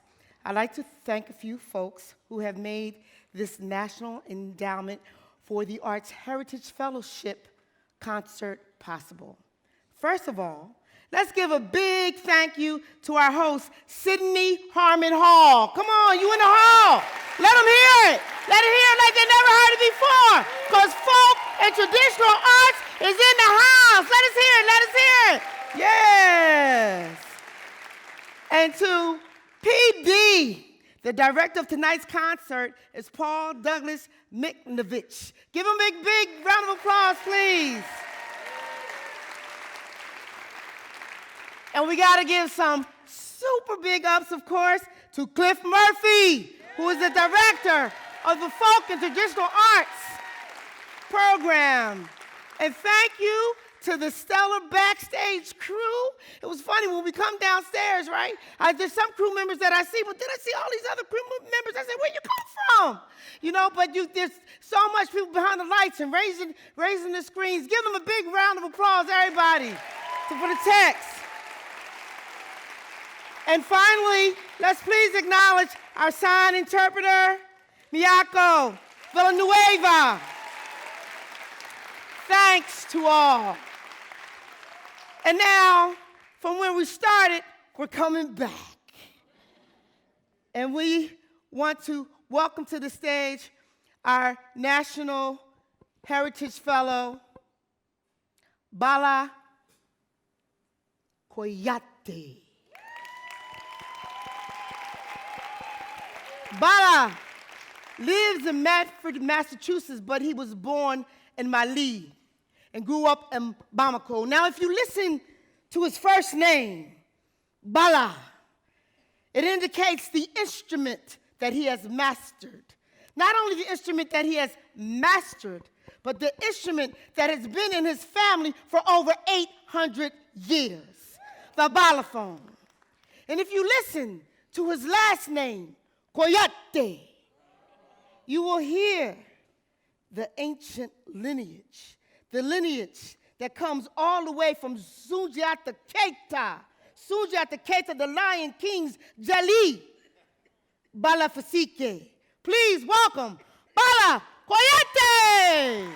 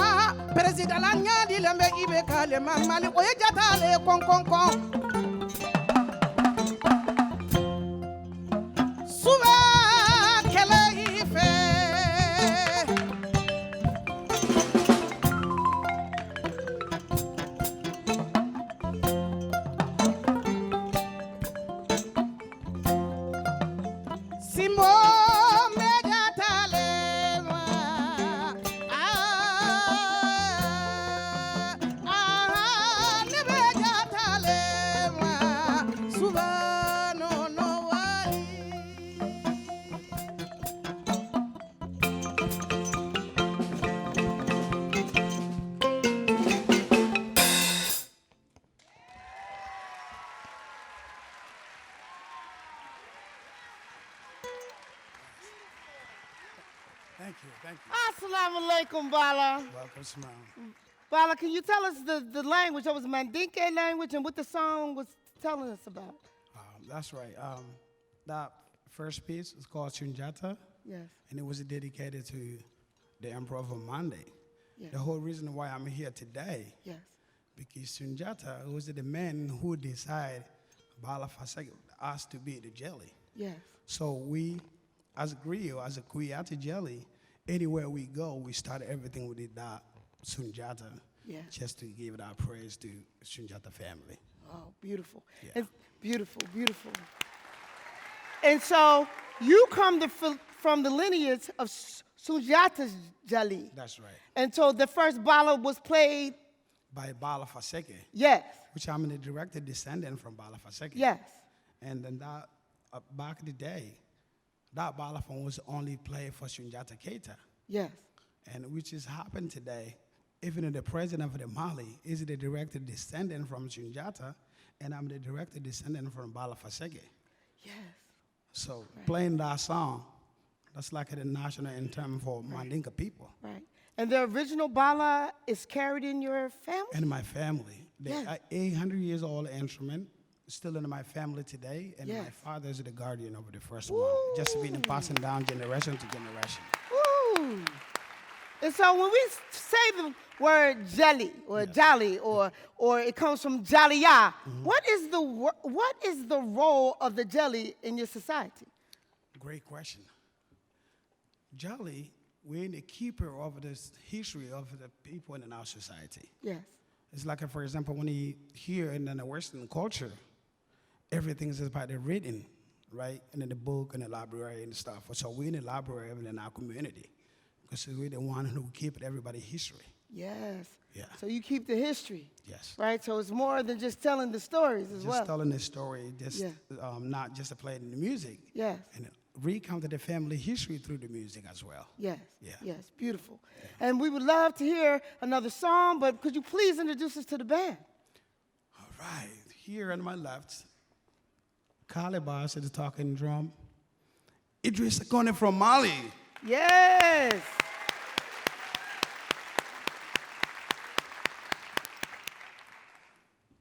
And the beautiful dancer here, Fanta Kuyate, my sister from Mali.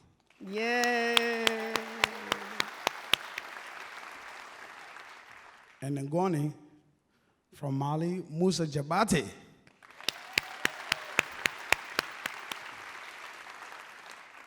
And the Kora, Master Yakuba Sissoko from Mali. Yes. The secret. The diva Tapani Sissoko from Mali. Yes. And I guess myself, I'm from DC.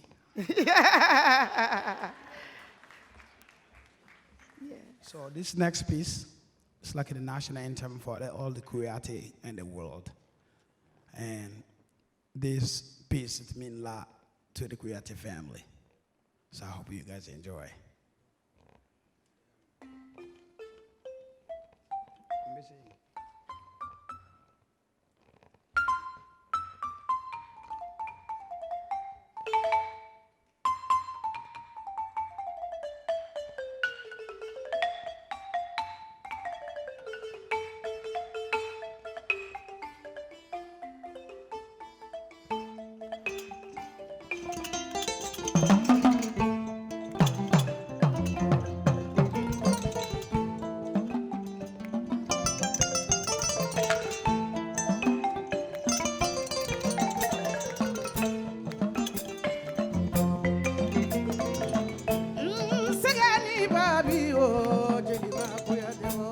Kuyate Samagera, Jelima Kuyatebo.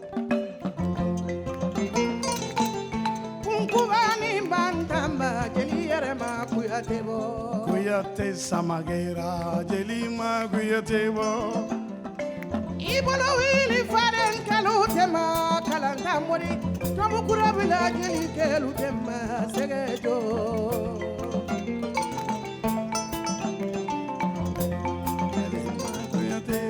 Ni maladigi jalimena, ikike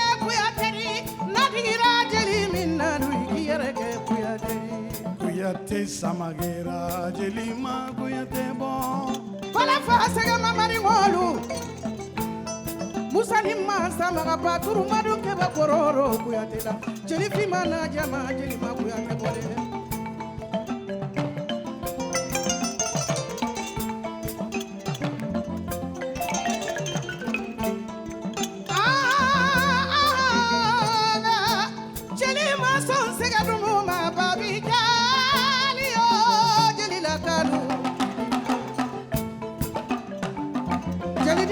Kuyateri, idi janya kuyateri, jelilu lambisi banono le kuyatela, nenyawe jelikela nimbole babila. Jelima kuyate bon.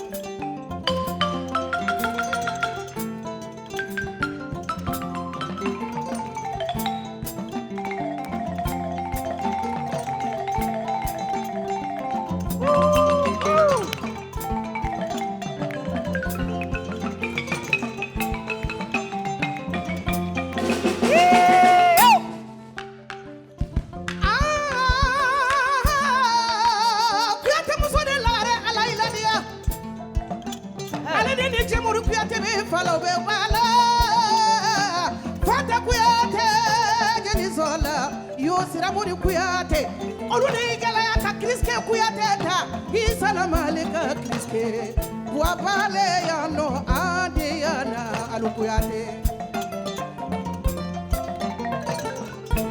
nenya be jeli dola abale kuyate la segani babilu jeriro no kende Kuyate samagera jelima kuyate bon.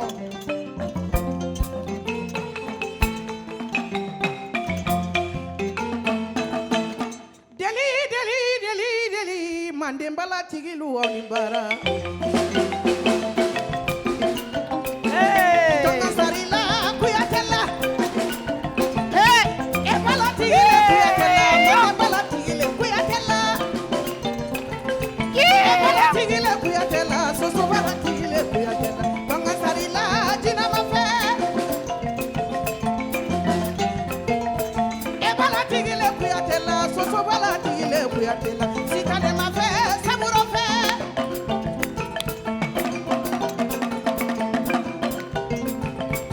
Ebala tigile kuyatela. Soso bala tigile kuyatela. Sitale mafe saburo fe.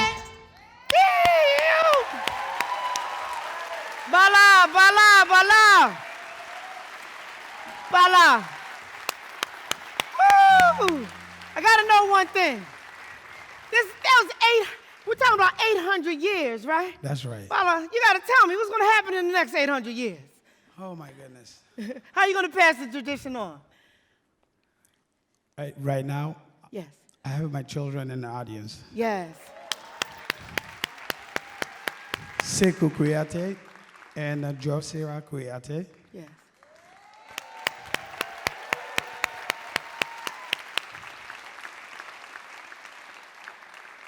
And what happened, what do we believe? Because we always want to respect our elders and not just a passing in generation, the tradition down. Sekou is named after my dad. We believe your firstborn should be named after your parents, your dad. If it's a boy, the girl named after your mom. So I have my dad and my mom on here. Yes. Not just that. My son played the balafon. Yes. Yes. And my daughter played the balafon as well. Yes. And she sing. Yes. That's the way how we pass the tradition down. It doesn't matter if they become the president of the United States. Yes. They still have to bring this balafon to the White House. Yeah. Yes. Everybody. Bala Koyate. Yes. And I have my beautiful wife in the audience. Yes. Chris Kuyate. Yes. My cousin Jemory from Germany has come down for this event. And my brothers, Steve and his beautiful wife, Melissa Steve, they're in the audience. All right. Thanks for coming up. Thank you so much, Vala. Give them another round of applause, everybody. So we have learned this evening that our cultural traditions are in good hands and that they are being passed on for generations to generations. And so we cannot leave the evening without giving a big celebration to all of our National Heritage Fellows for this evening. So come on, put your hands together. Dan and Sadeghi. Dan and Sadeghi. Grant Bulte. Come on, give it up, give it up. Bob Fulcher. Mama Linda Goss. And Jim Jackson. Bala Koyate. Josephine Lobato and Rich Smoker. Beatrice Llamas and Blanquita Rodriguez Blanca Rosa. I present to you the class of 2019 National Heritage Fellows. Woo-hoo. Yes.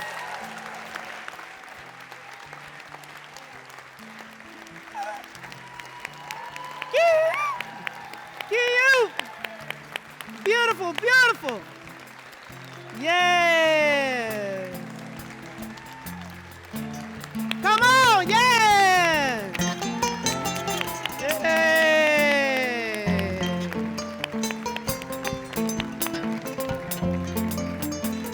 Yes.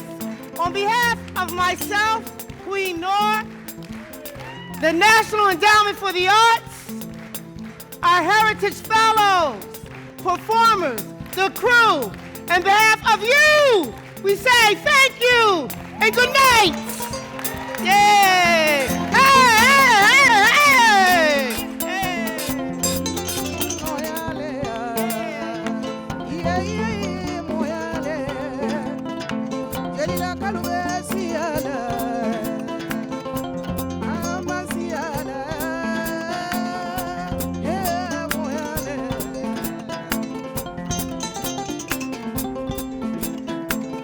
Yakuba Bejeli